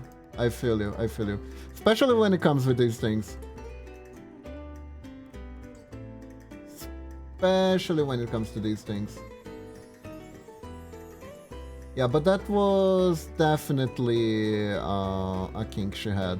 That was definitely a kink.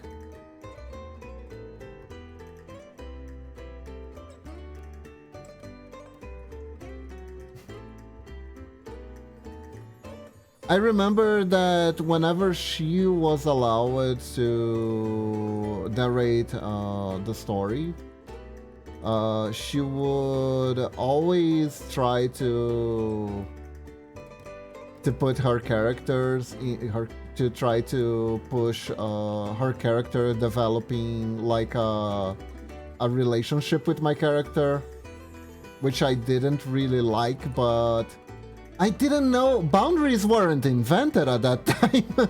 I think.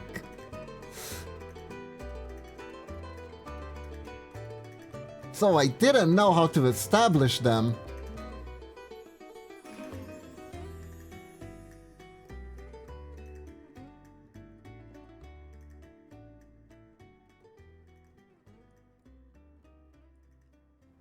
So yeah.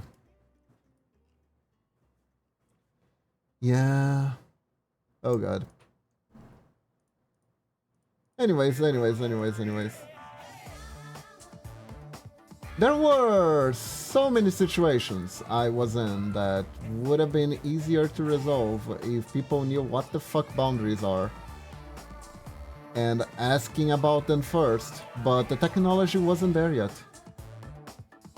Hey, Momochi.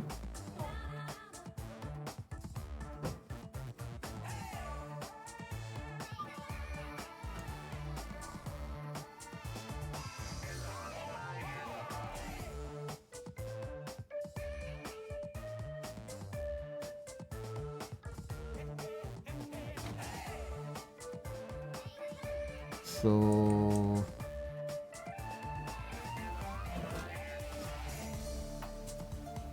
like this. Oh, that's a nice rocky platform. I think this works fine.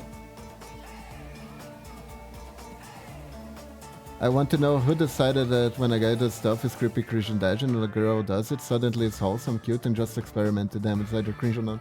It's all cringe. It's all cringe.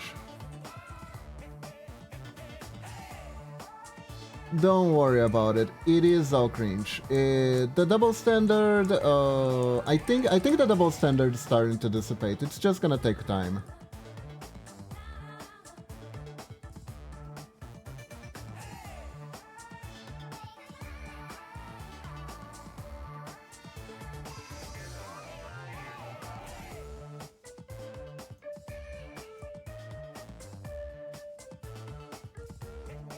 Like, at least, whenever I tell people the Succubus story, I don't think anyone was like, oh, poor girl, you should have been more nicer to her.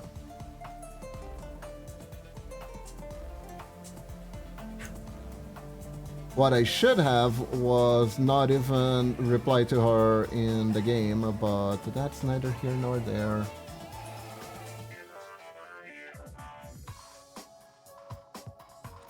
See here.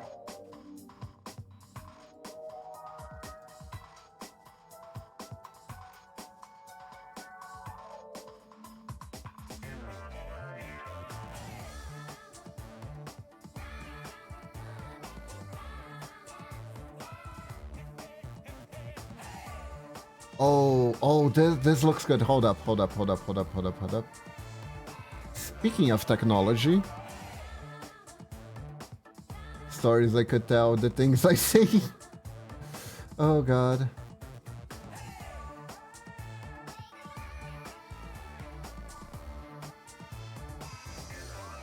You know what I'm extremely scared of? VR chat.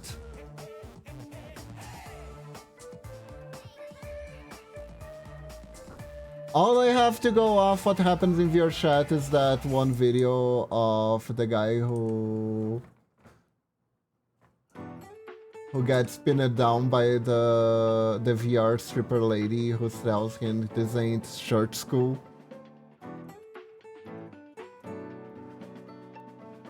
I think Norix showed me that one. I wouldn't know anything about that. Huh. See.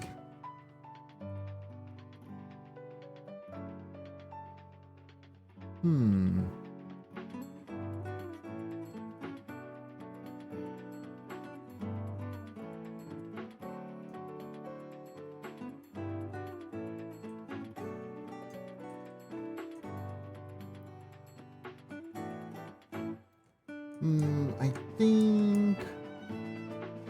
Okay. Gonna make it walk on properly.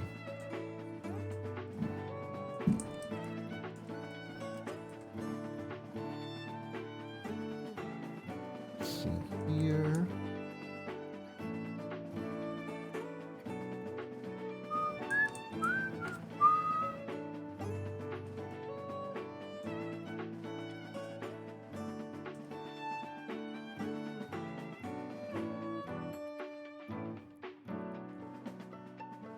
You know, have you guys seen that whole thing about the new knock feature on Twitch?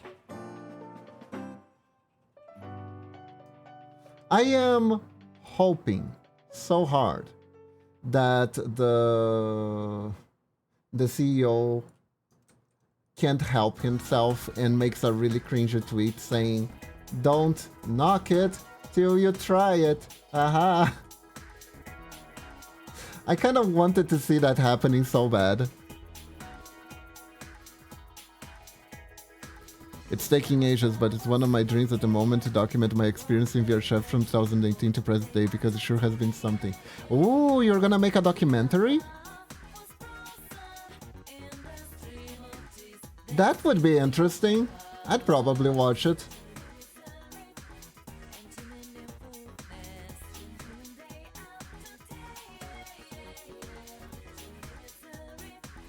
Boing.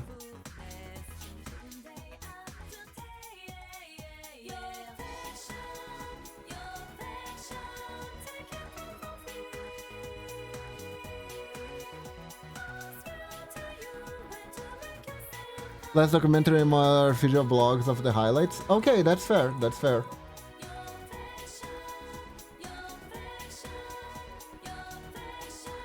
Not quite a documentary, more like a compilation. I see.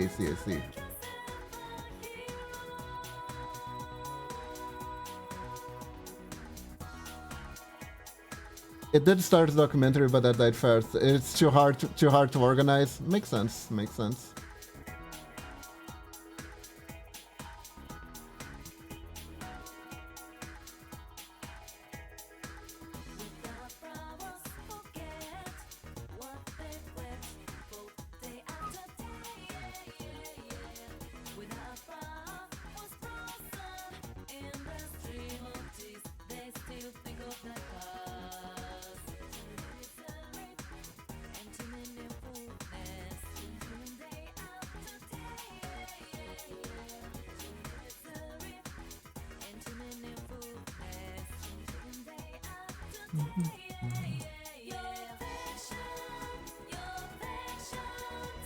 Wait.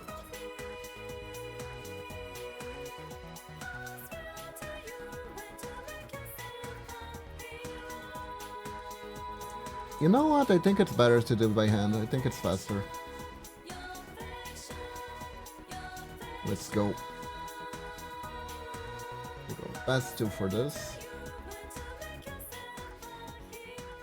2 dots at a time.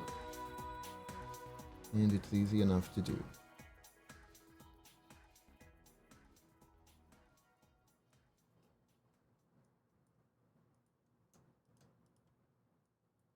There we go. Also, Red, how are you liking the background so far?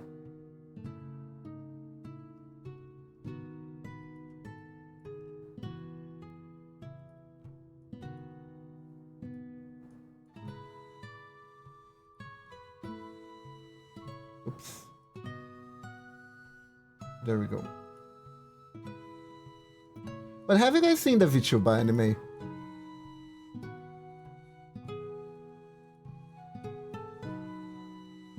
Have you guys seen the VTuber anime?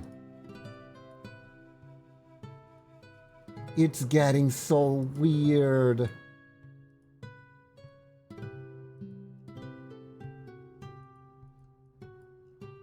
They introduced they made one of the characters have a literal the VTuber anime. They made one of the characters have a literal mummy fetish, and there's another character they haven't interacted with yet that keeps saying that she keeps saying a very deep mummy voice that she is a baby. And one of the plot points was she almost got banned on her debut stream because she decided to make a stream where she rated pacifiers. And she almost got banned because the audio was girls sucking frantically on something that can be sucked.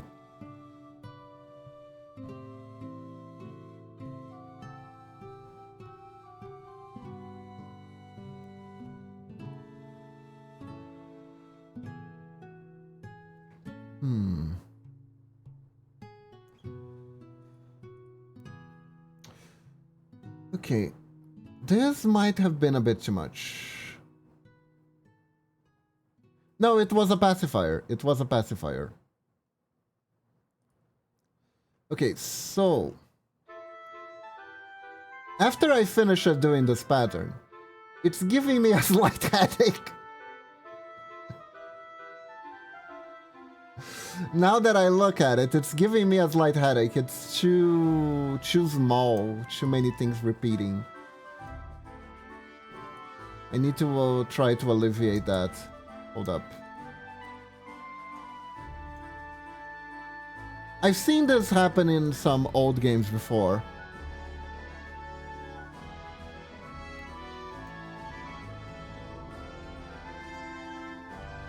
Where they make a pattern repeat a bit too much, and because of the way the pattern is, it can cause a little bit of a headache. Did you know this? Did you know that our brain craves chaos?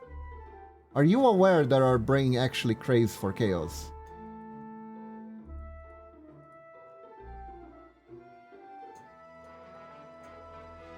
The more square-like and repetitive patterns are, it actually feels worse for our brain to process.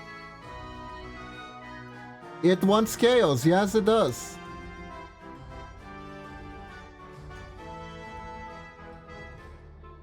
Like the regular patterns of levers and such. The brain actually requires a little bit of that to function properly. This is why the whole meme of touching grass and stuff, and if you're feeling bad, you should walk in nature and stuff like that exists. Some patterns are looking at some patterns is actually bad for your brain. It gives you migraines.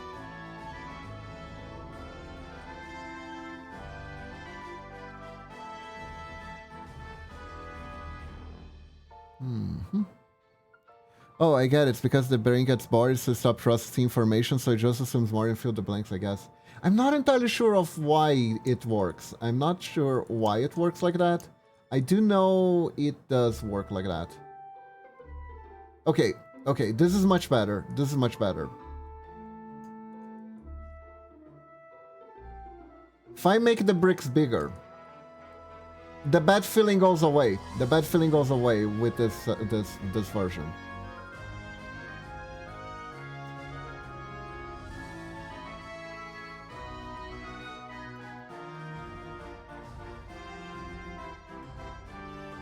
Okay, so let's try this again.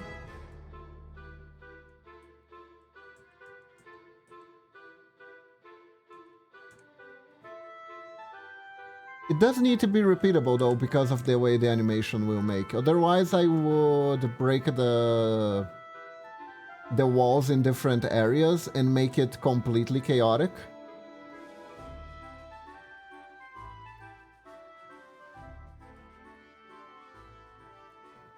You're joking, but it's true.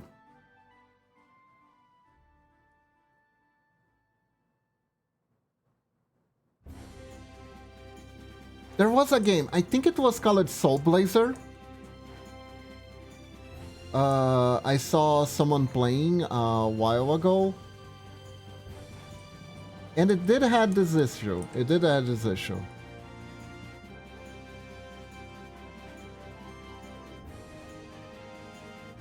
With the way the patterns worked.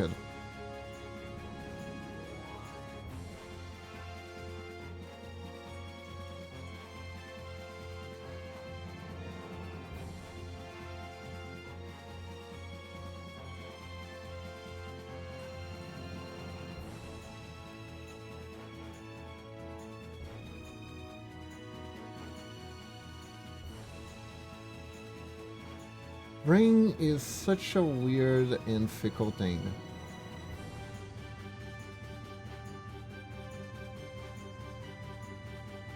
I know cute things make people react weird, but patterns, I don't know. Patterns are very important. They are very important. Like, our brain is made for pattern recognition. Think about it. That's like one of our main evolutionary features outside of consciousness is pattern recognition. It is super important to human beings.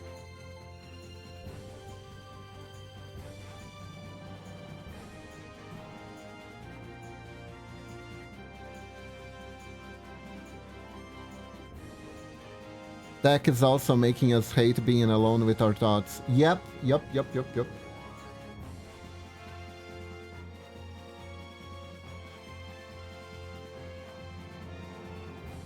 Tech hate makes us hate being alone with our thoughts, and the minimalistic modern hellscape makes us hate look at things.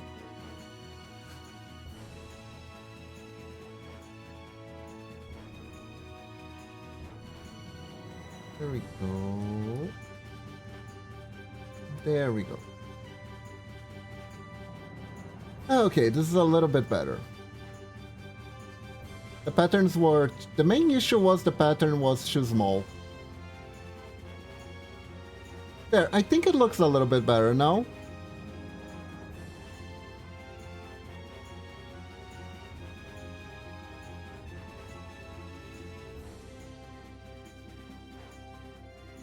Let me see here.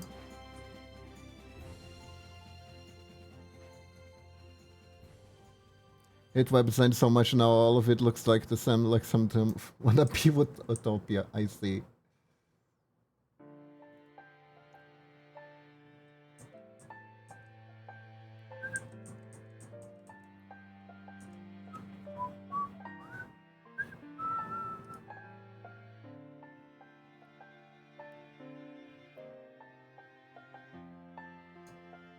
Here we go. Can do like this.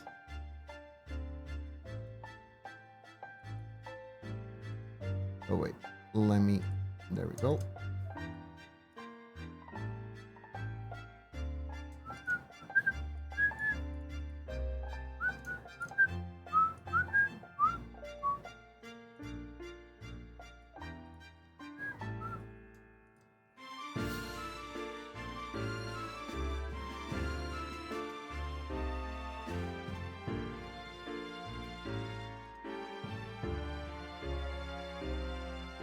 It's interesting how sprite art has kept so much character, but other game art styles look evil now.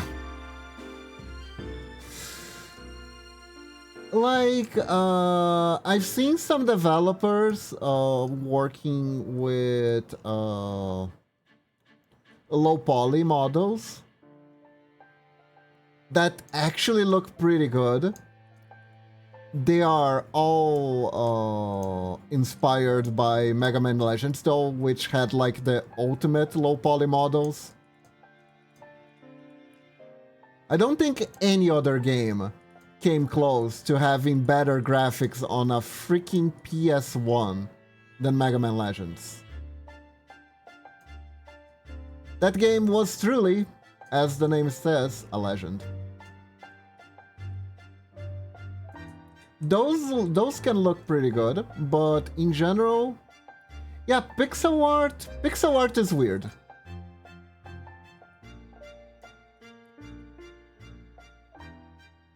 Pixel art is very interesting.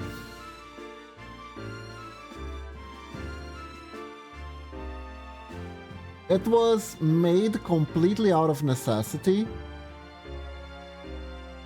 For the longest time, it was more of a compromise.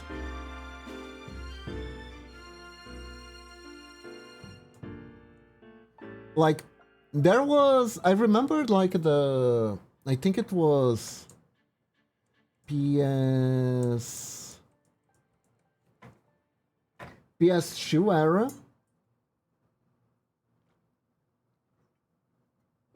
Around the PS2 era and a little bit of the PS1 era. I remember pixel art started being looked down upon.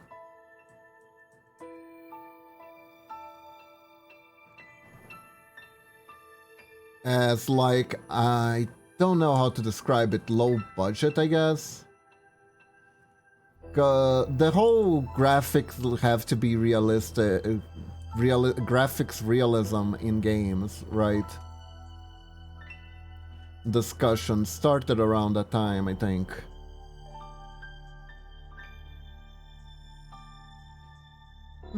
This isn't quite how it turned it out. But yeah, no, like, I don't know what happens with pixel art. That it just works. There's a built-in limitation. Meanwhile, you got crunchy minions bringing out games with no compression that's like 100 gigabytes. Sometimes old 3D games look like painted origami, which can be good or bad. I remember Castlevania SOTN came out and the press tried to call it S and get people hyped for Castlevania 64. Oh no, Symphony of the Night, they were trying to look on Symphony of the Night down because it was, oh god, yeah. And I remember being like, but I like these graphics though. God, so many game series died trying to become 3D.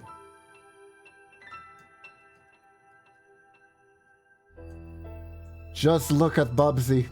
Poor Bubsy.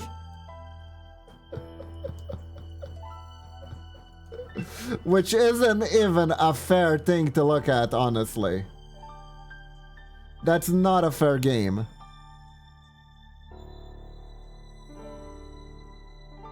Metal Slug is godly. The 3D models...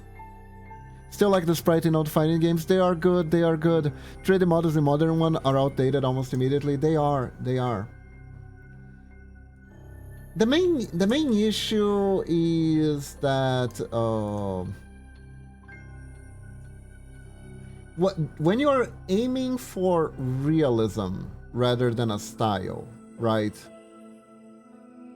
The second the technology gets better, and your eyes learn that that thing you thought was very realistic isn't, it does become ass because it doesn't really have a style of its own, right?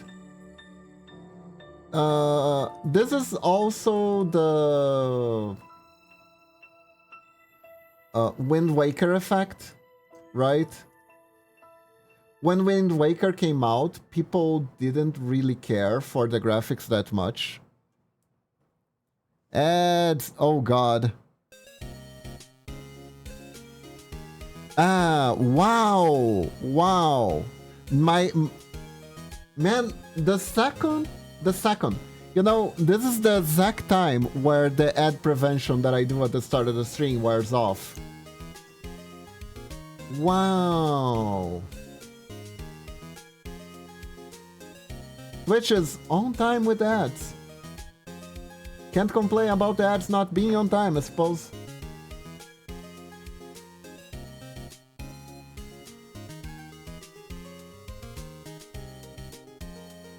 Do I want them to be this, like this?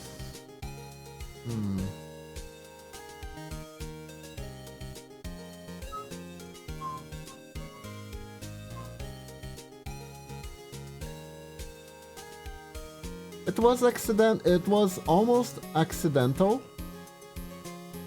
but pixel art became an art style.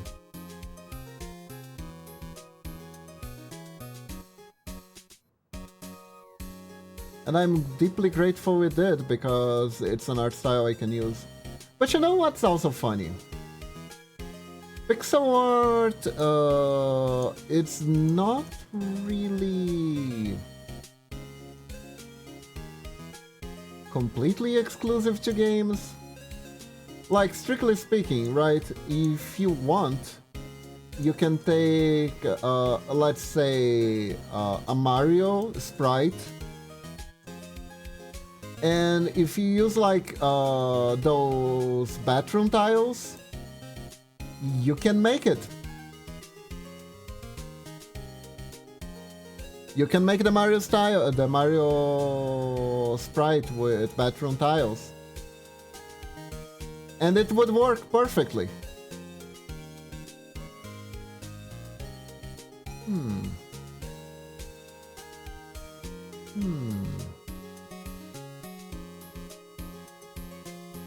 You can do like crochet too.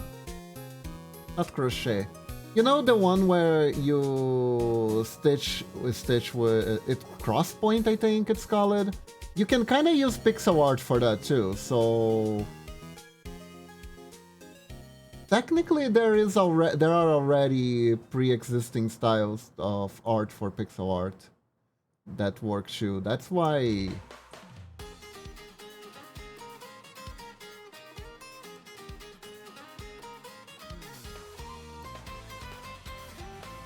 It can work, I guess? I don't know.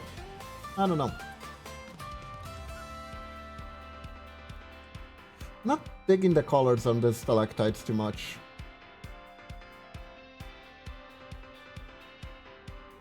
Let me think a little bit. Let's simplify it first.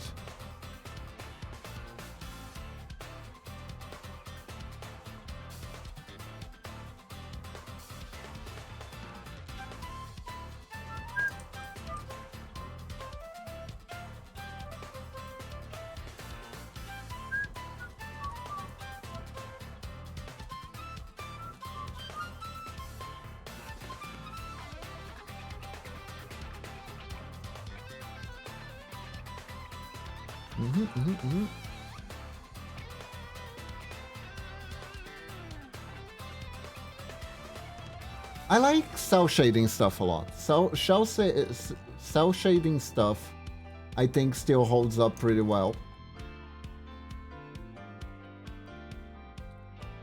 Like the Wind Waker stuff, that one is pretty good. Straight up hand-drawn sprites also look amazing. Just look at Vanillaware's latest Unicorn Overlord that I've been playing on stream. That game looks gorgeous. It just looks good.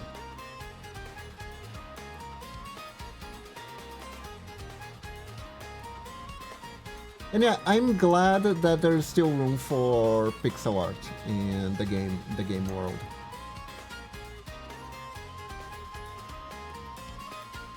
I am glad. I'm sure there are people who hate it because there have always been people who hated pixel art.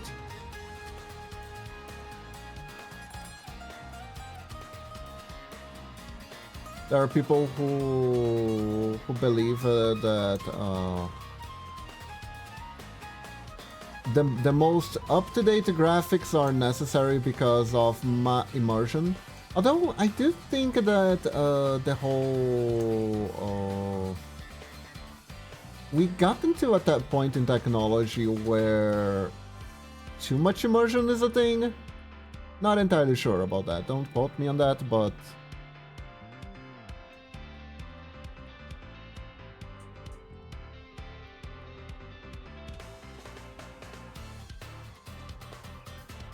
and I do think the industry is doing some stuff very weirdly. I remember there were these news about how I think it was Rockstar spent like a shitload of their budget to make sure that the horse's balls would shrivel on during winter, and it's like, but why though?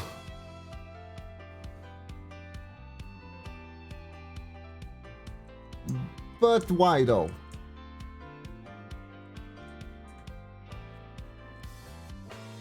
I never thought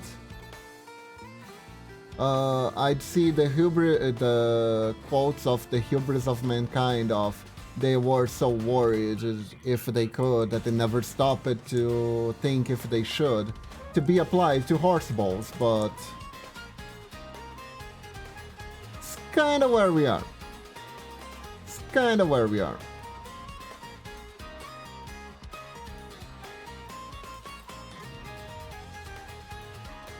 With our latest technology, we have replicated all the physics of horse balls. And no one was there to tell them but why.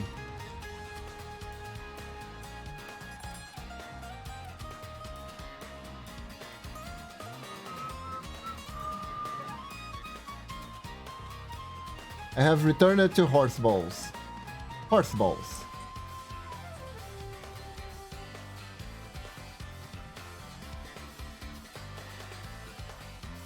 Hey, people have returned it to worse. It's fine.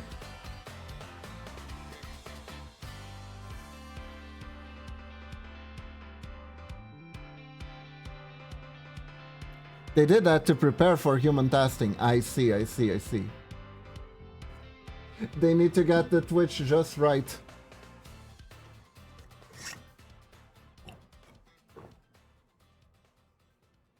Yeah, they're gonna do an ultra immersive game where you're gonna have to be drafted to the army, and they have to do that test where you have to blow on your right arm, and the doctor checks out to see if your left ball will go up or not when you do that. What? Was that just me?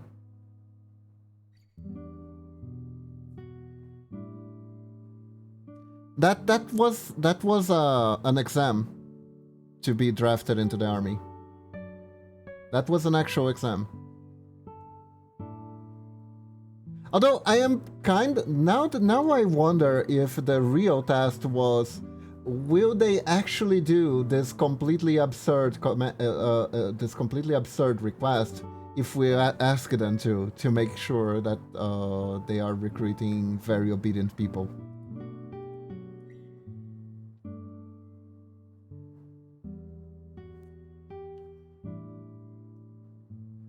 So Red, I was thinking we could use the stalactites as the grip for the tentacle, so you would go up.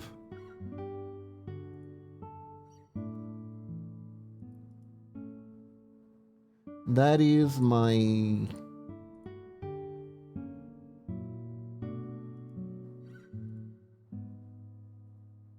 That is what I'm thinking. Pointy rock as grapple point? Nice, nice, nice. Are these pointy rocks good enough? I think they are. If you want, I can make one bigger. So... like, you walk until you find one that's bigger. We can make a separate one that's bigger.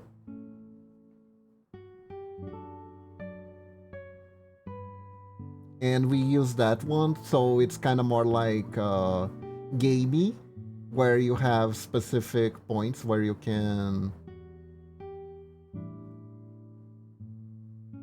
jump to. That's the thing we can do. That's the thing we can do. It wouldn't be any issue at all. Let me grab this one. Gonna put this here. And we just make it bigger.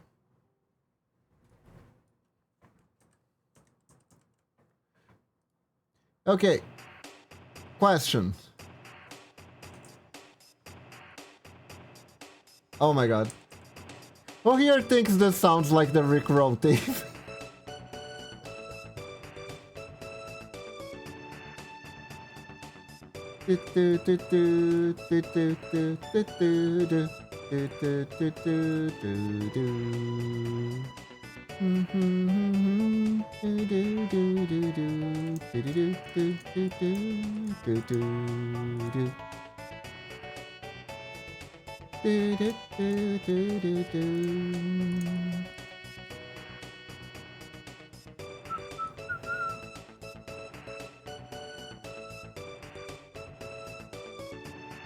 It started to.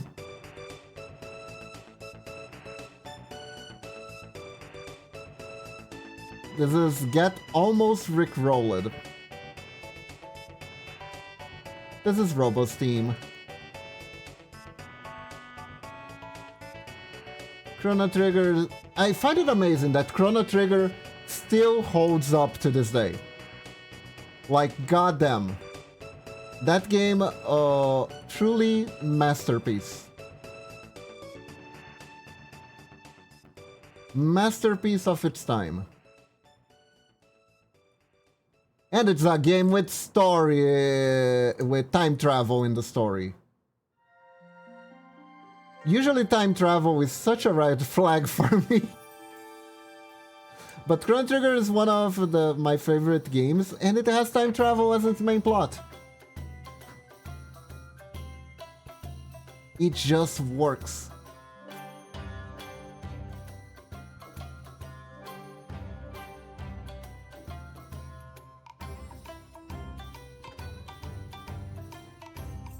It does time travel in the smartest way possible. Without sweating too much over the are you gonna cause the end of the world kind of scenario, because two things that shouldn't exist at the same time existing at the same time. Wah! Right? It's just like, oh, there is this chest. It is there in medieval times. It is there in the stone. It's in the exact same place in medieval times, in the Stone Age, and in the future. If you collect it in prehistoric times first, it will be empty on medieval times and in the future. But if you collect it first in the future, then you go to medieval times, collect it, you can collect it there, and then collect it back in prehistoric times, so you get 3 copies of the item.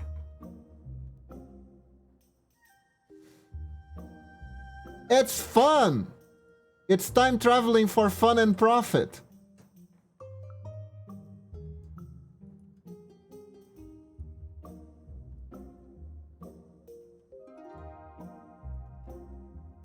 It works.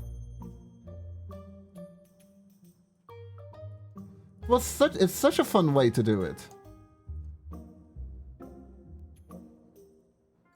There are also like these special treasure chests that the items inside, they mature like cheese. So after you find the chest, you instead of collecting it, you wait, and the item that will be inside will actually be stronger. So if you're greedy, you miss out on some special items.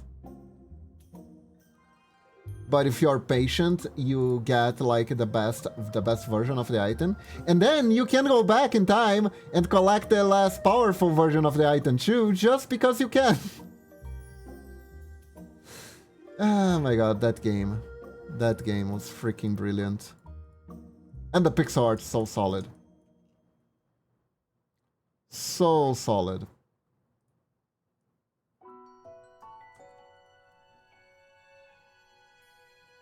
Okay, so this will be the stalactite that gets. So now, I think we can start animating.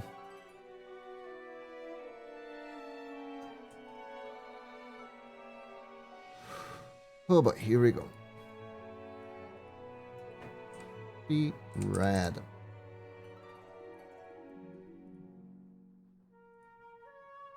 That's so rad, bro.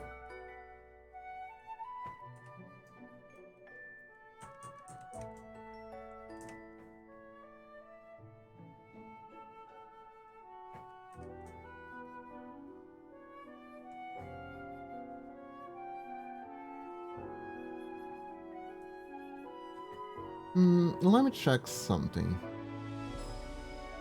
Yeah, so in the game, the character does occupy the middle of the screen.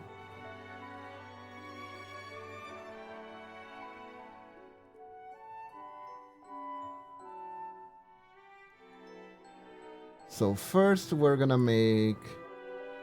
You know what, let me save up time. Let me save up time. And do this. If I do it like this.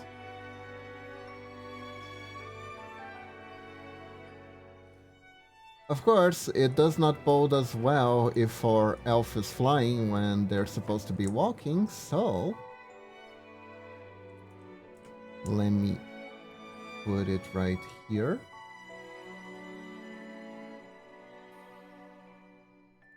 And... We already have something.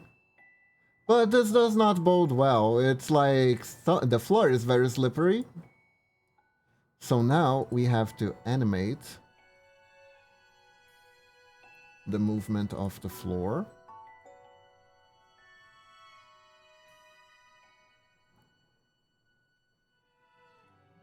Let's see. Think 2 pixels is enough. 1, 2.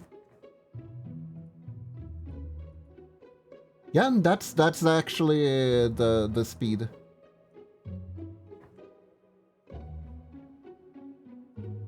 So we take this one, and we move it 2 more pixels.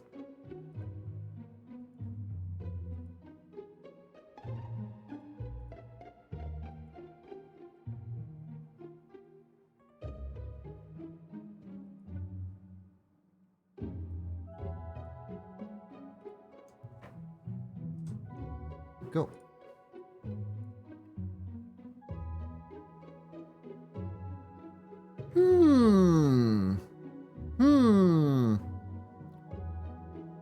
Hey, Rad, I have an idea.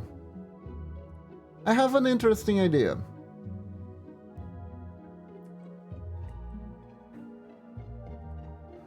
What if we make it so the ground, you walk towards a cliff, and then you jump on the cliff in order to grapple and move up to the ceiling, and then it loops over and over.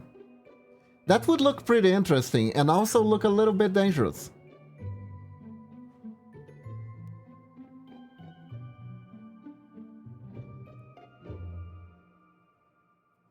Do you like that?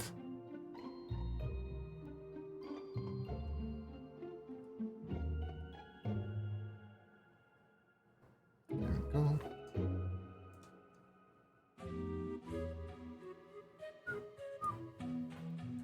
Shoot.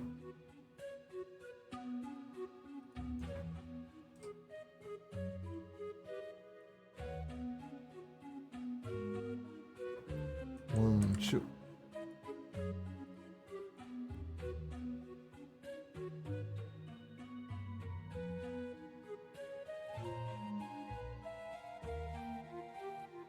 Okay, so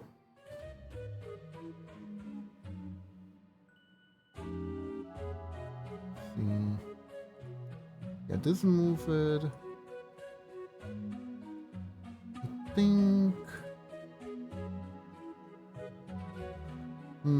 I think it's the ground is moving a bit too slow. Yeah, the ground is definitely moving a bit too slow. Hold up. I think it's not 2 pixels per frame. I think it's a bit more.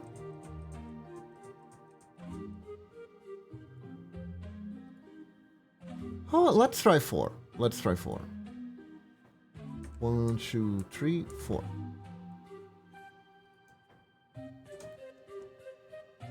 And yes, moving background, animating moving background like this is this kind of process. 1, 2, 3, 4.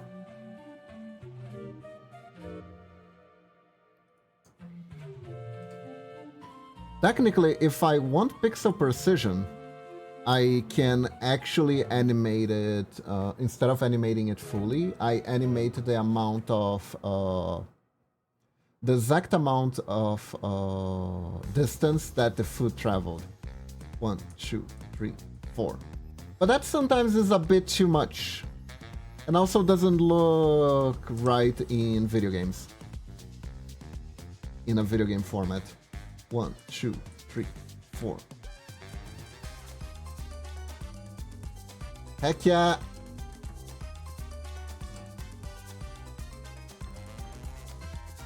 One, 2, 3, 4.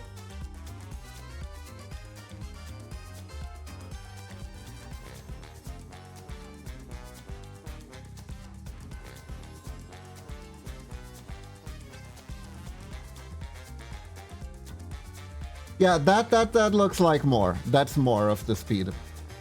That's more of the speed we're looking for here. Uh-oh, hold up.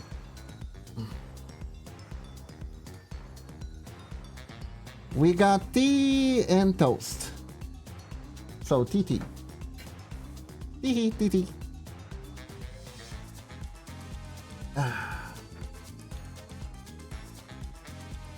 Yeah, no, this is a good speed. This is a good speed.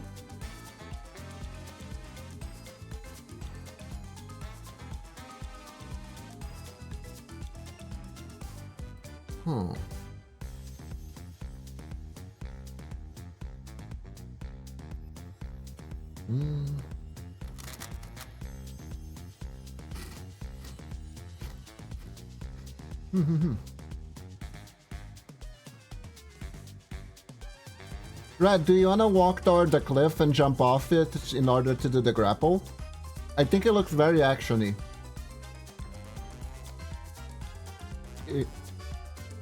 If we do it like this.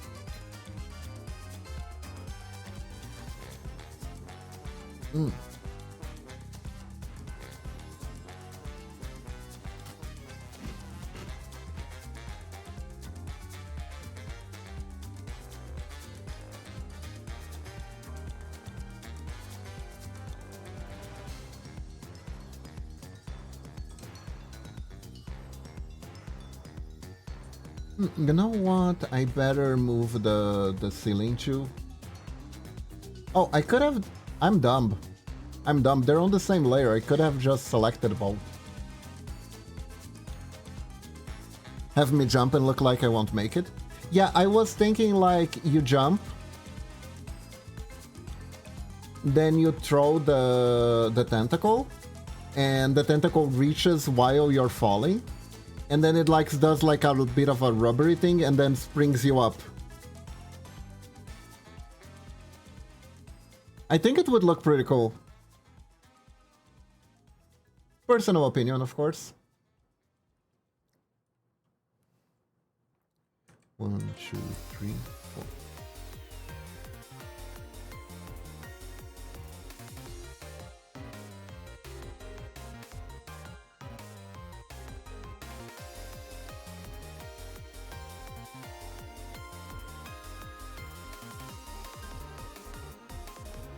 One, 2, 3, 4, 5, 6, 7, 8.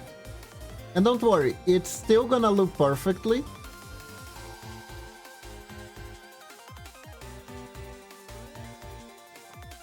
One, 2, 3, 4, 5, 6, 7, 8, 9, 10, 11, 12. There we go.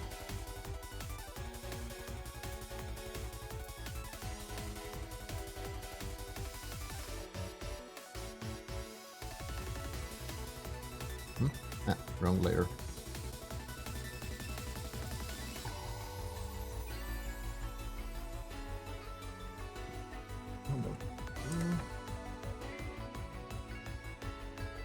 What did I miss? Oh, and just discussing some ideas with Red.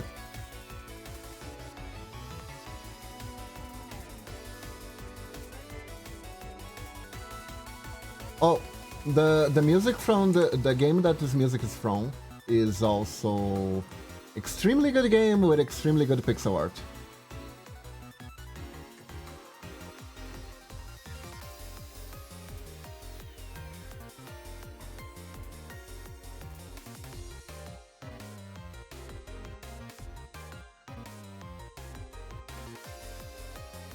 How to best use the tentacle. Also that. One pixel off, huh? Really? There we go.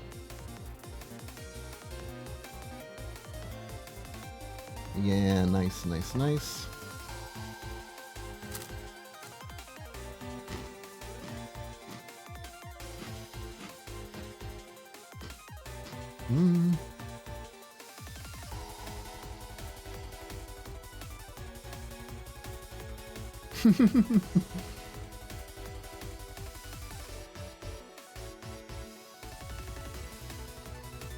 It's not sussy, nothing sussy, officer, I swear.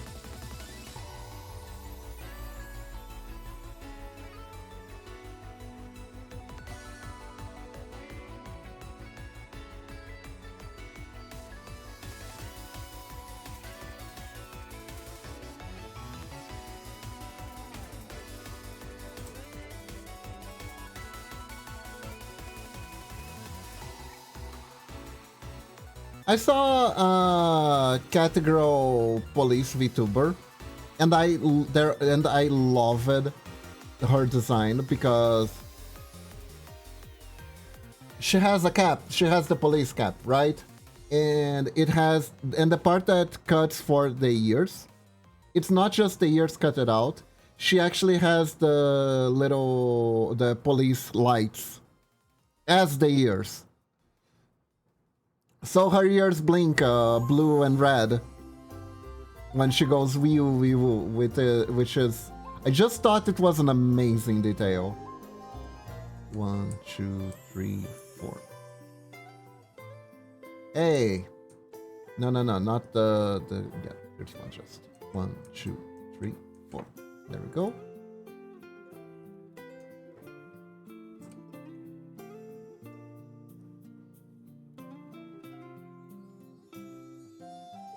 That sounds like Synford's music. This one? No, this is from... Let me see. I think it's Atelier. Oh, actually, no. This one is from Bravely Default. My bad. Atelier music is more cheerful. 1, 2, 3, 4.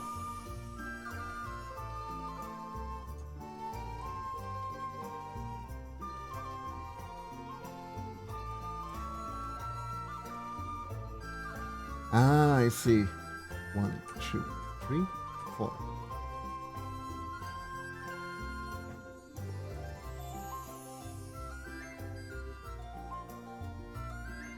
One, 2, 3, 4.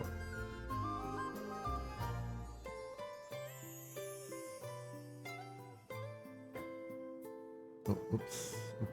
Oops. Go.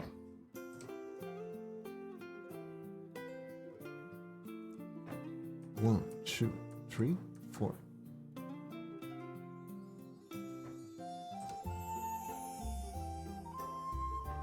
One, two, three, four. There we go.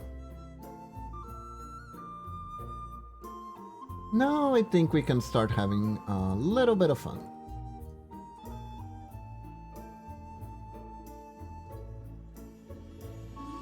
A little bit of fun.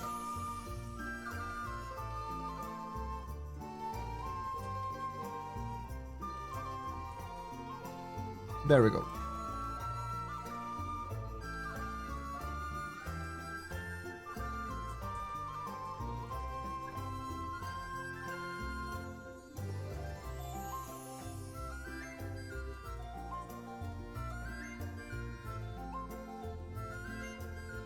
This is how we make it loop.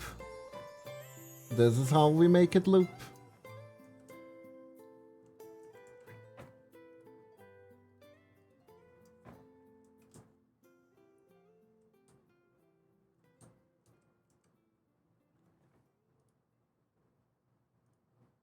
And if I did everything right,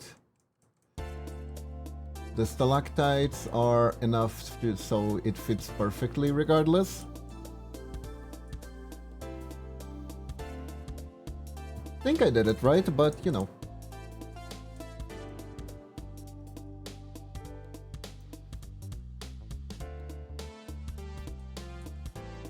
Interesting.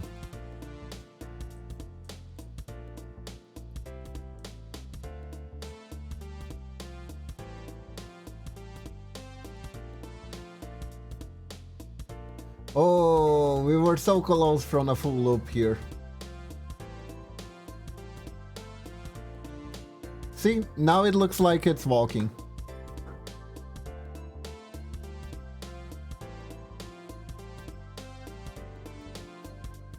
Let's see if there are any mistakes. No, animation's perfect so far. Red, how long do you want to walk until the jump?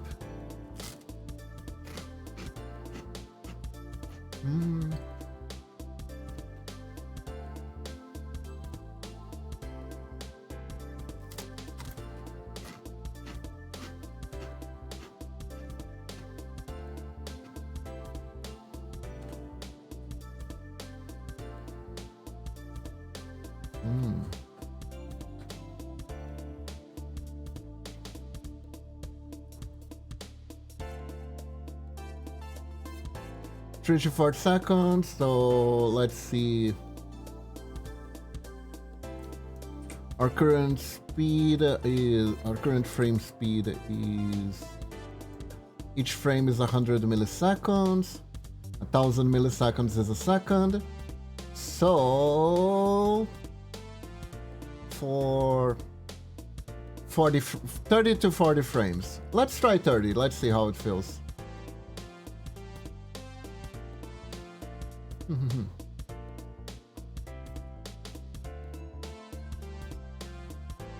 Seeing a new empty frame.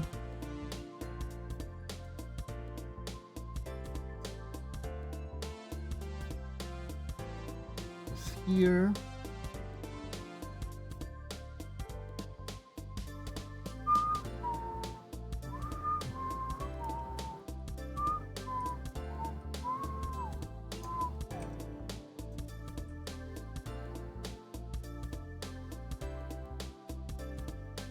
There we go. 36 frames should be enough. And don't worry about the glitch.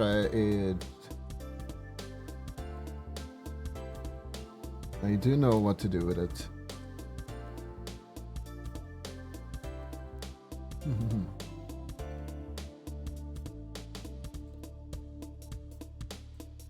And we do it again. 1, 2, 3, 4.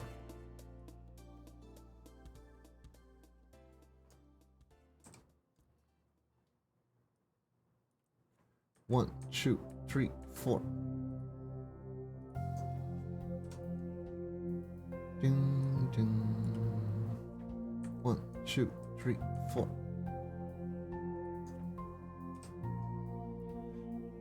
I remember I did it so... there was this one commission. I did so many of these. Right? That... I actually developed carpal tunnel. 1, 2, 3, 4. Because it was a big commission, it was going for an actual video. 1, 2, 3, 4. Yeah. I wear a wrist guard now when I work.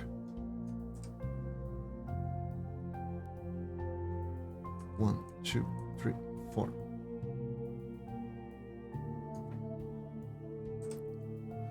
I don't know. I went full berserk. 1, 2, 3, 4. Because the amount of money I was gaining for that commission was a very good amount. And 1, 2, 3, 4. There was a part of me that wanted to prove to myself that I could handle that kind of commission in 1 month. 1, 2, 3, 4. But the truth is that commission was a little bit too big for just 1 month.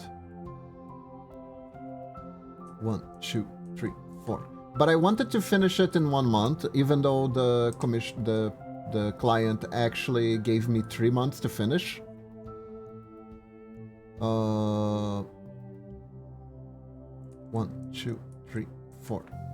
So it was a lot of work, and I worked like non-stop on it, and I ended up developing carpal. 1, 2, 3, 4.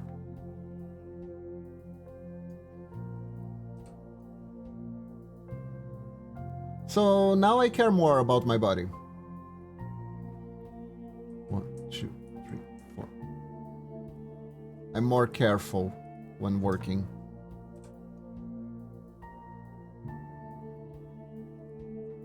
1, 2, 3, 4.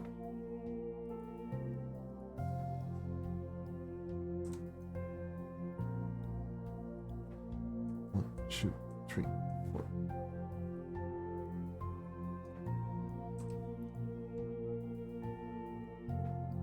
One, two, 3, 4.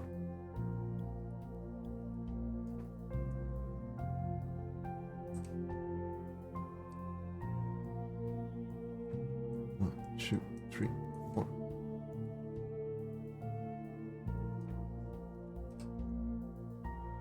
But yeah. 1, 2, 3, 4. Honestly, I charged it pretty cheap for that commission shoe, but my skill level was much lower than it currently is, so I think it was I charged it fairly, even though it was a lot of work. 1, 2, 3, 4.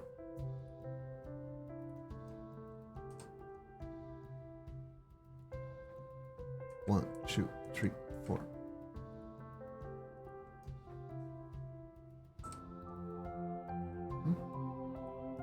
No, everything's fine. 1, 2, 3, 4. Go. 1, 2, 3, 4.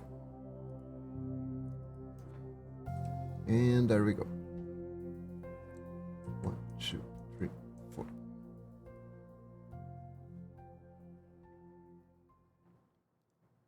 Okay. Now we do the thing that I did before.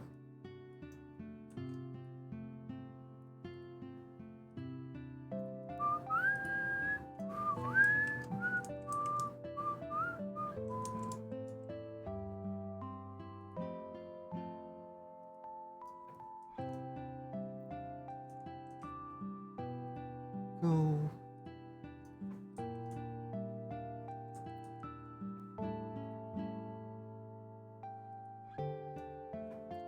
And don't worry, I am gonna make the stones in the back move too. I am just gonna use a different trick to make them move. Because in order to, like, old school games like this, like, usually the backdrop that's more in the back, it moves slower to give the impression that it's far away. To like give like some sort of pseudo 3Dism. And if possible, I like to try doing that.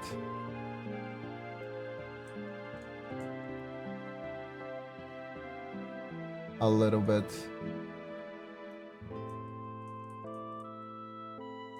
Because if it all moves at the same time, it actually looks kind of weird.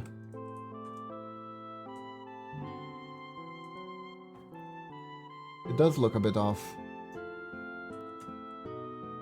But yeah, what was I talking about? I haven't even eaten my toast yet. Hold up, I'm gonna eat some toast.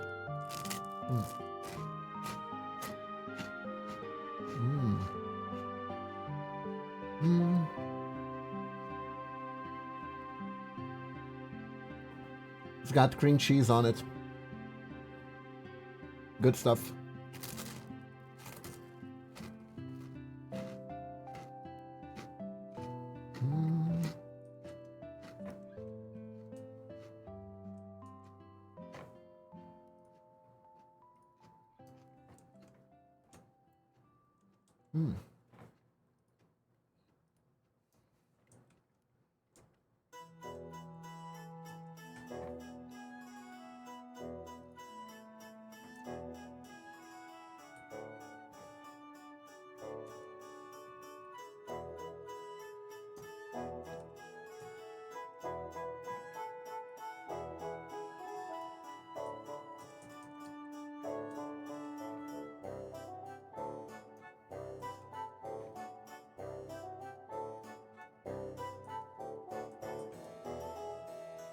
So the other day I was watching a show on Crunchyroll that was called I Got Kicked Out of the Hero Party and now I'm living my life, living a quiet life in the countryside. And it's honestly kinda... I don't know how to describe it. Yeah, that name. I know.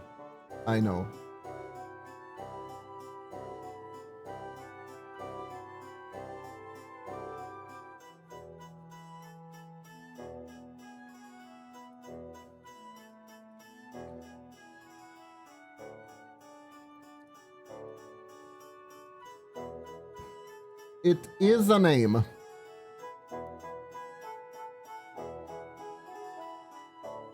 It is indeed quite the name.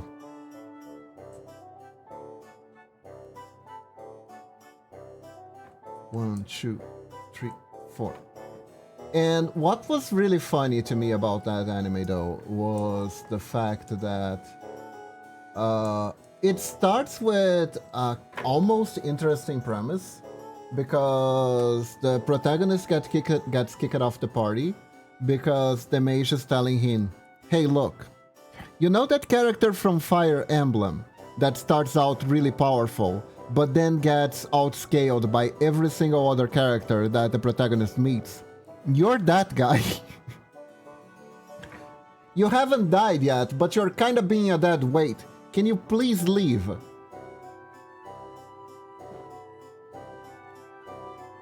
It literally starts like that. So it's like, it has like game elements, right? But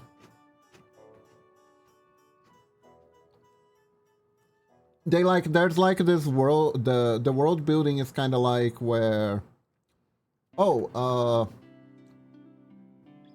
in this world there was a goddess, and this goddess was like, I'm gonna give people my blessing, the blessing of class. So people have classes now. It's the gift of the goddess. The goddess has gifted you the gift of being a knight. The goddess has gifted you the gift of being a herbalist. The goddess has gifted you the gift of being an alchemist, an assassin. It's kind of weird that the goddess gifted you being an assassin, but there you go. The goddess has gifted you the gift of being the town drunk. There are weird blessings in that thing.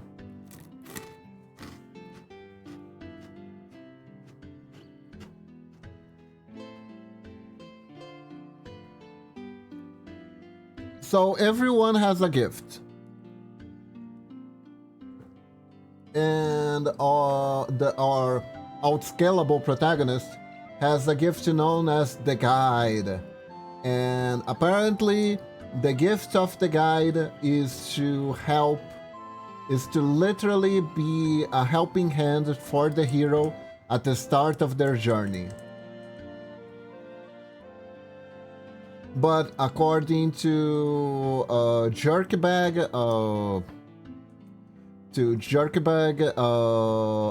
Mage, who totally isn't inspired at all in some bully that the writer knew when they were younger, right?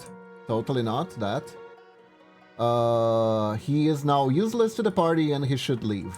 And the only reason the hero hasn't asked him to leave yet is because the hero is the protagonist's little sister.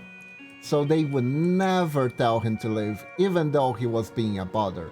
So the best thing he should do to everyone is just leave on his own. That's the premise, essentially. That's the premise. And I was like, okay. So I guess that means the protagonist isn't gonna be overpowered. I was wrong. The protagonist is very overpowered. Is the party doing better now that the protagonist is gone? No, actually, those fools who left me behind were wrong all this time. I was very useful in no combat ways. Apparently, everyone, he was like the charisma character of the group. So he would handle all the non-combat part of adventuring, like getting them good places at inns and getting discounted shops and other very useful stuff, which makes me think that the mage is not very well written and kind of an idiot. Right, but the mage only realizes that the protagonist is useful after the protagonist retired to live a quiet life in the countryside, and the protagonist is like, I don't need to do anything anymore, I feel so good.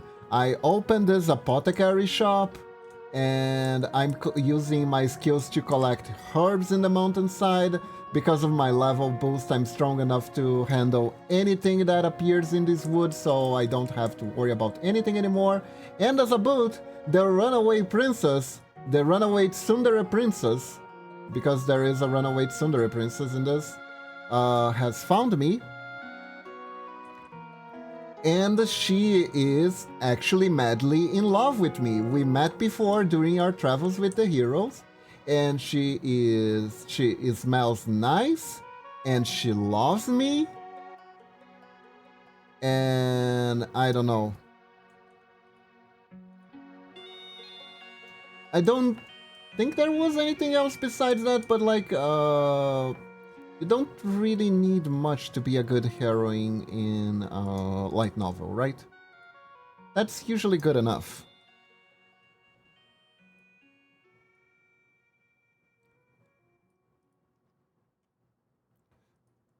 Oh, and the way they draw her?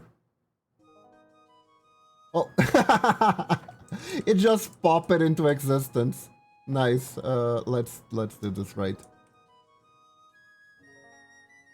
I can see that happening in a game, actually, like one of the stalactites just grows out of the blue to fall on your head. But anyways, the way they draw her, they made her for fan service. At first I didn't realize, But then they started doing a bunch of scenes where she's naked. And they are pretty much married. They're in a relationship with sex. There is scenes of them taking like baths together.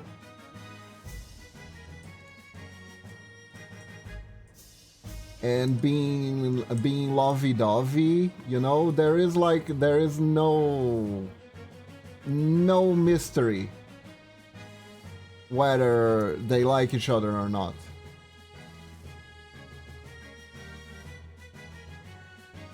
There's absolutely no mystery. Okay, there we go.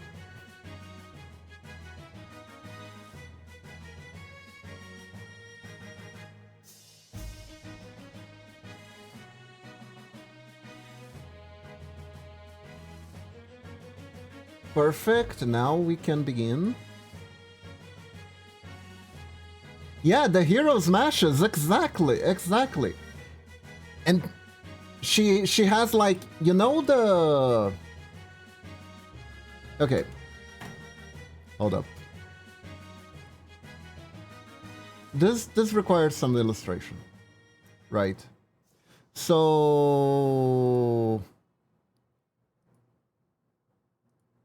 This is... An NPC so oblivious doesn't realize the girl likes him and having sex. Oh god! Wait, wasn't that Peter Grill?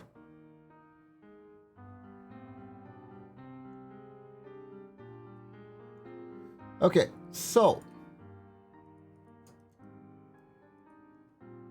This...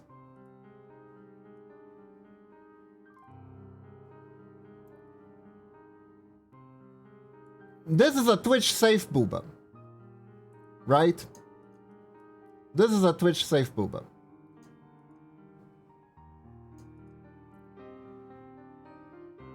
Hold up.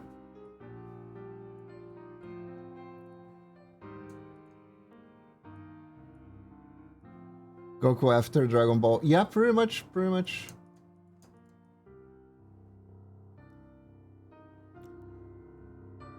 This is a Twitch safe pair of boobas. I need this for educational purposes, Twitch, okay? This is educational purposes. I assure you.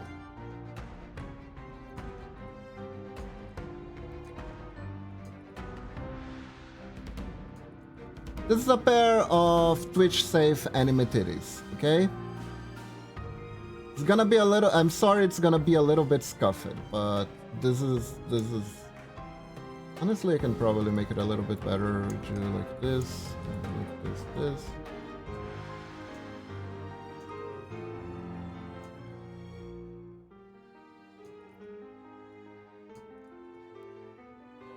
It's fine.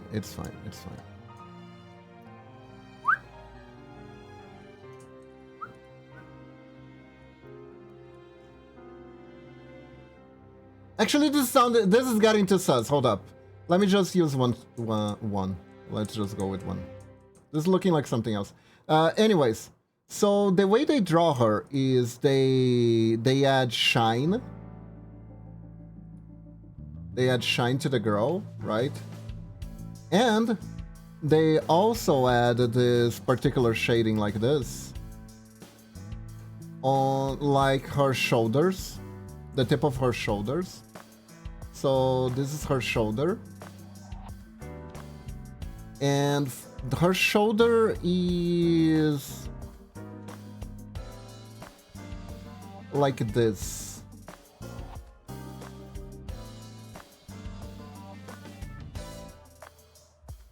You know that thing? Hentai blush. Yeah, pretty much. She has hentai blush on her shoulders with the hentai shiny too. On her knees too for some reason. She's super rosy and super fun servicey.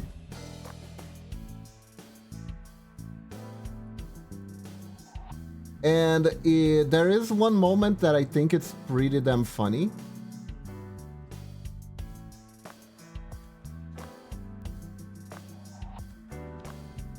Oh, actually, hold up.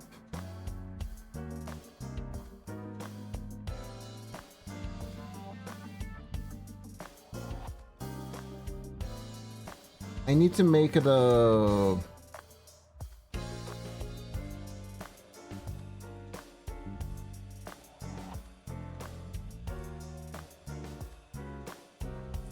Oops. Let's change here.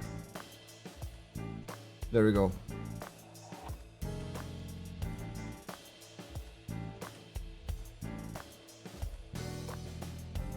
But yeah, it is... She's super fun servicey too. And there is the scene that I thought was just super funny. Oh, I made an oopsie. I made an oopsie. I mean, I can just fix the sprite, honestly. Let me just do this. Oh, but hold up. I made a big oopsie. I made a big oopsie. Hold up. Red, question. Do you like this length of animation, or can it be slightly shorter? It would behoove us well if it stopped at frame 31 instead of frame 37, if that's alright with you.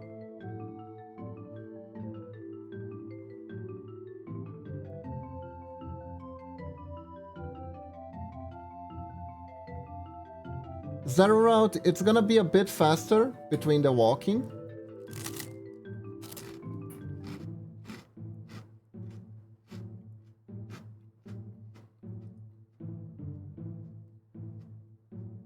Show, okay.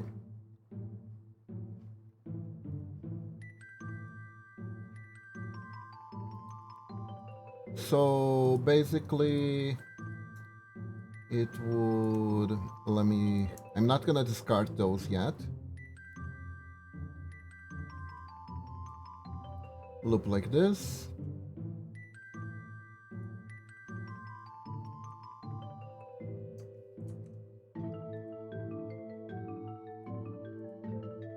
And here.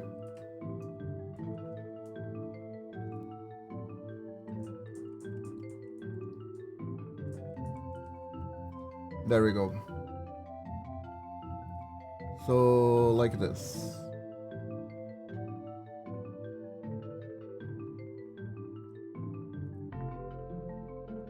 There would be an extra frame where I make her arms swing back so while she's getting ready.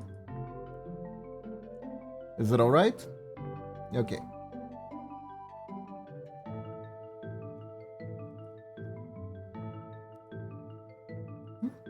Wait. No. Did I fuck up again? How did I do this?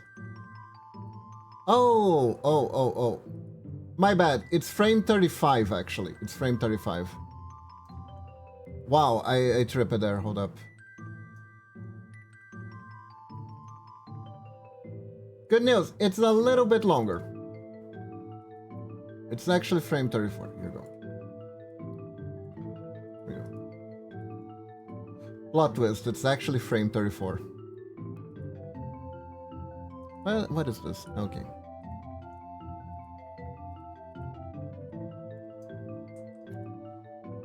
Plot twist.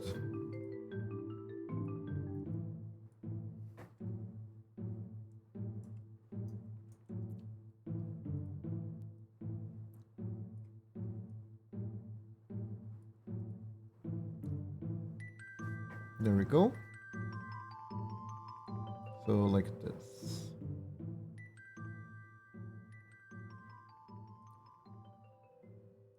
There we go. I'm gonna delete these.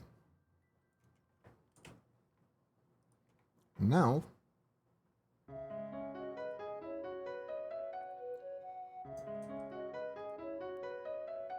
New frame. Delete this one.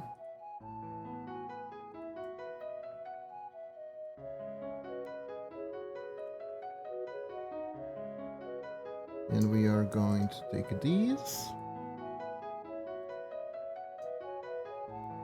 Transfer them. I think I selected the wrong thing anyways. There we go.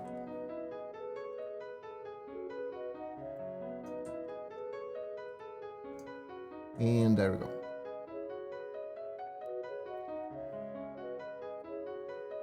Already 2 in the air. Too much in there. Let's see. Put this. Let me put you here.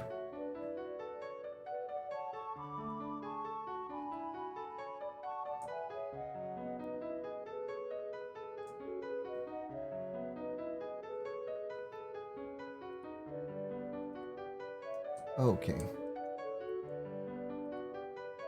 There we are.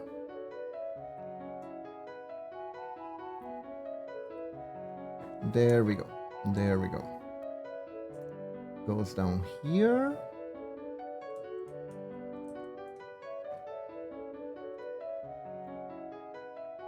Okay, so now it's a matter of adjustment.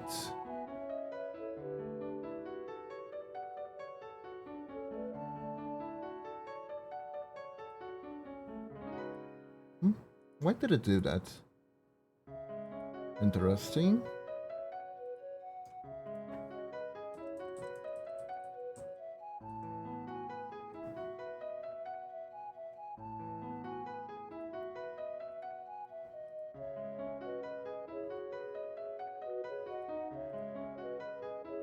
We do this here instead.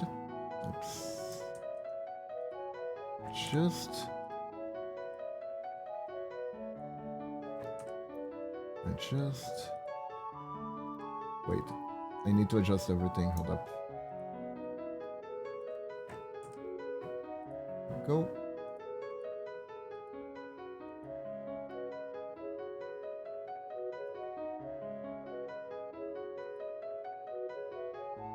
Now we move the scenery again a little bit. 1, 2.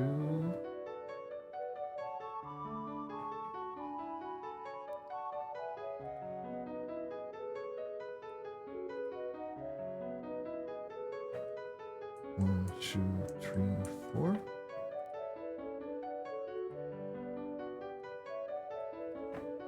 One, 2, 3, 4, 5, 6.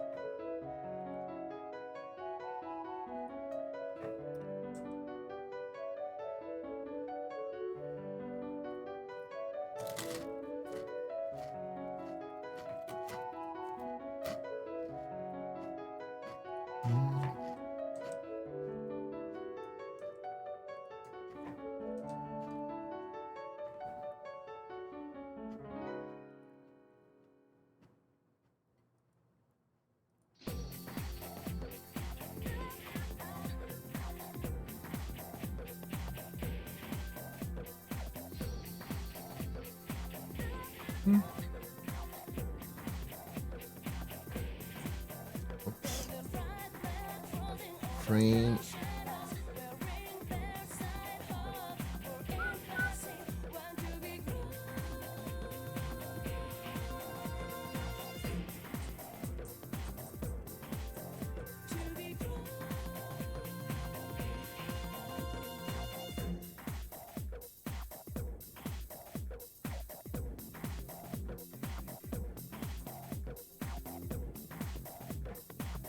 There we go.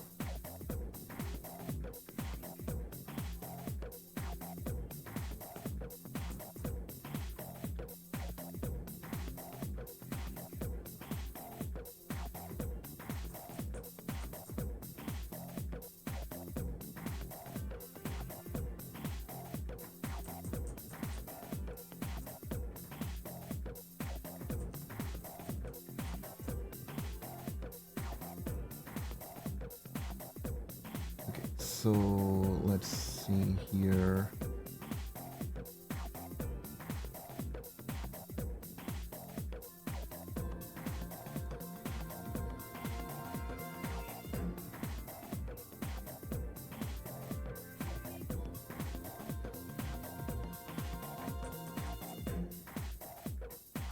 Okay.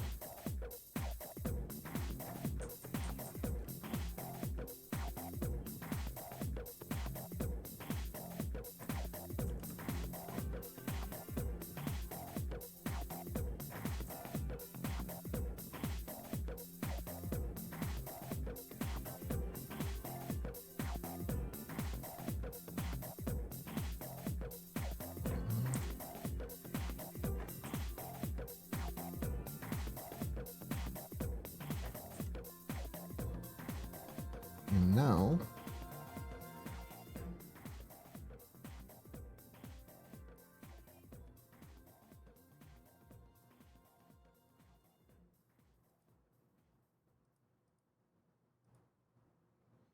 we take this one.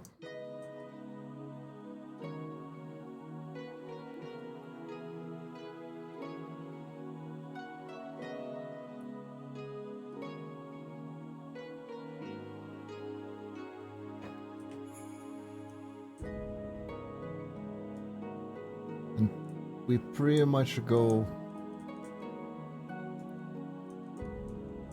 Sproing.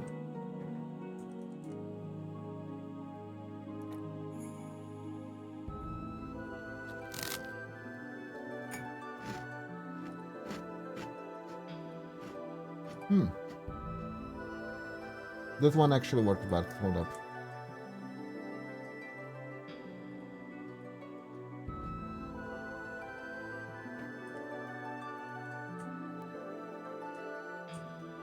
We'll add it accordingly.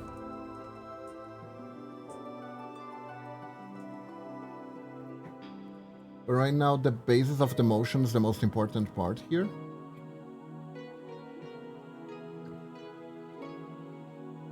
Yep.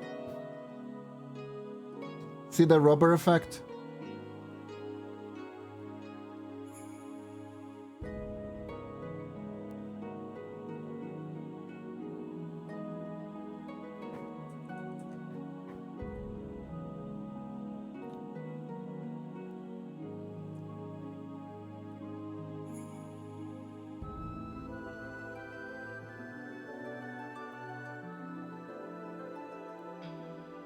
Now let me adjust the scenery and I can get to doing the extra effects here.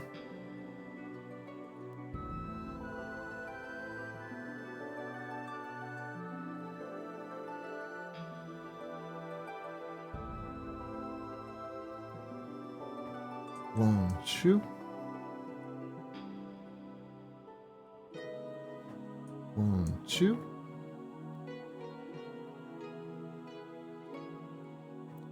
One, two.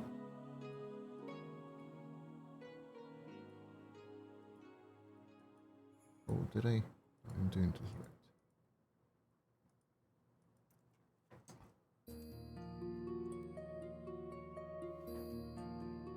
Ink one.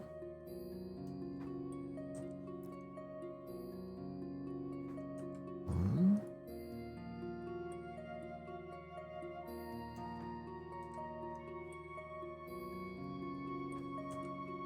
One.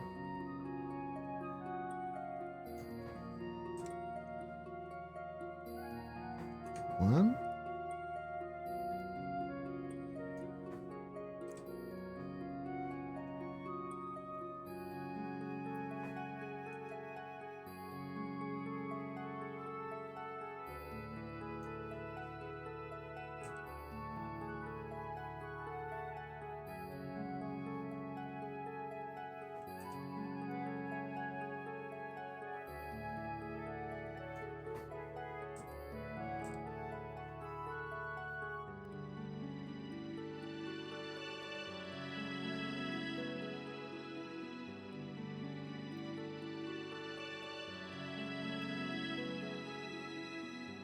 Okay.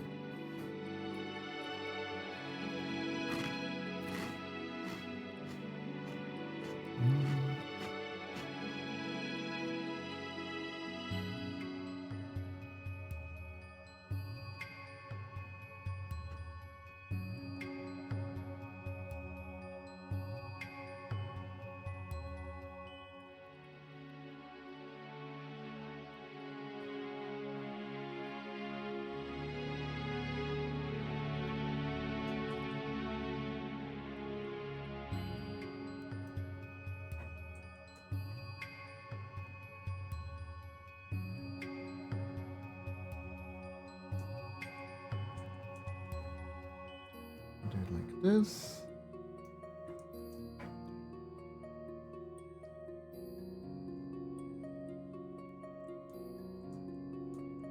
Like this.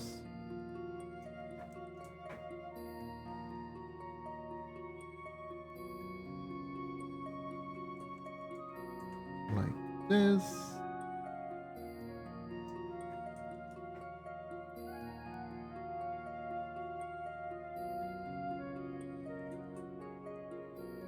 I think I start the GU playthrough. Ooh. What's GU?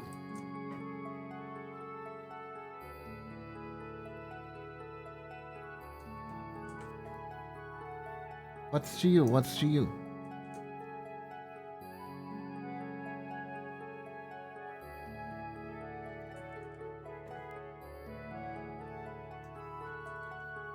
Oh, hold up. I think I can... Oh, that hack!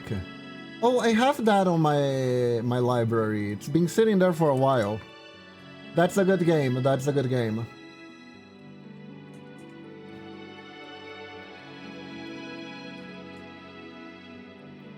I remember liking the anime a lot. Then I showed it to Momochi and she was like, did they just stand there talking about the meaning of life and toast?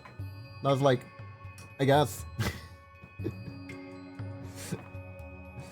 She was not entertained. I guess without the games as context, it didn't quite hit as well. Didn't quite hit as hard.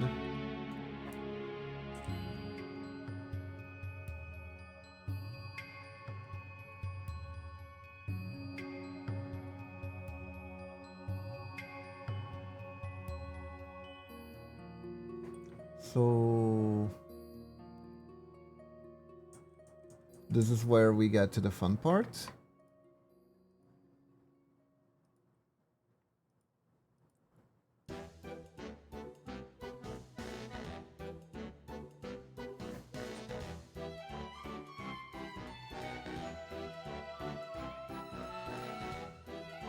It's time to get trippy.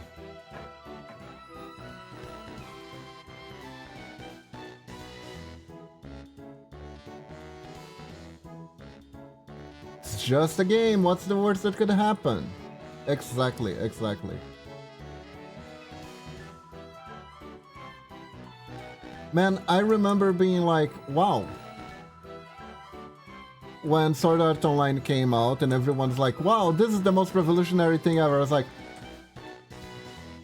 has no one watched the Dot Hack series at all?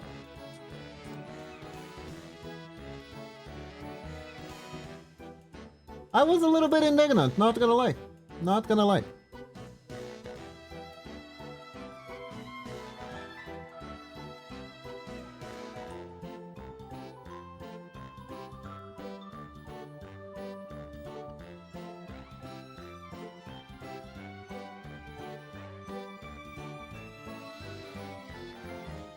"36 bullets train the rail somehow earthquakes, stupid stock market crashes." Beautiful.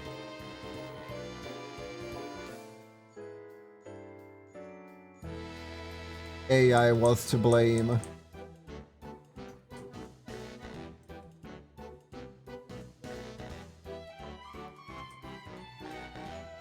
God, imagine if instead of having like a cute name like Aura, the AI in Dot Hack was like name it Gronk or something because Elon Musk made it.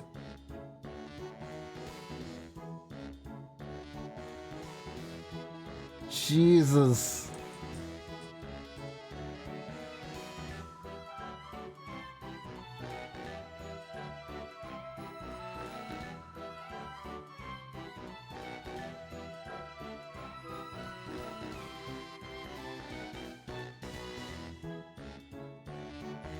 We're almost there.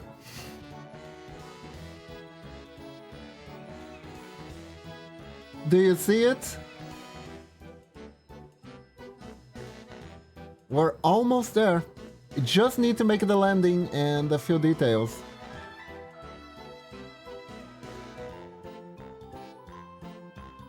But this is a lot of progress we made today. Of course, I still need to take care of this.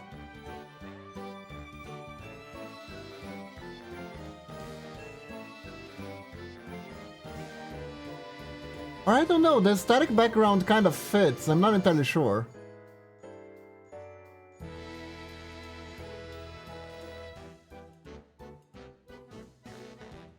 It's almost there, I just need to make the tentacle animation stuff. However, everyone, that's all the time I have for today. I have singing lessons. So that's as far as we can go. Thank you very much for joining me today. I hope you all have a wonderful day or night. And stay awesome, everyone. Stay awesome. I'm gonna find us a good raid target. Let's see. Who is on this beautiful day? Oh my god. Someone is already using the feature. I hope they're actually using and not... Yeah. Anyways, raid time. Let's see. What do we got here? What do we got here? Let's see. We have someone drawing golden bikinis.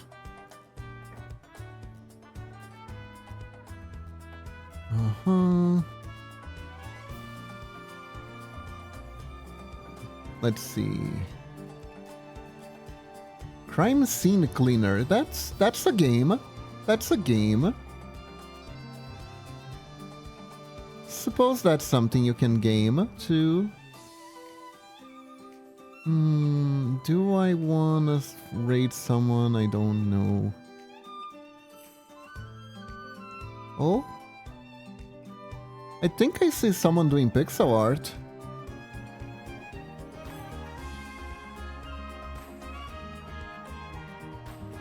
Okay. Do you guys wanna rate this the pixel art of the person doing pixel art?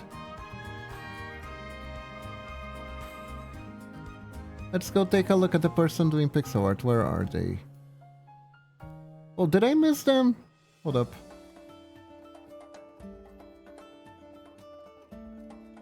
Oh, someone's doing something very complicated.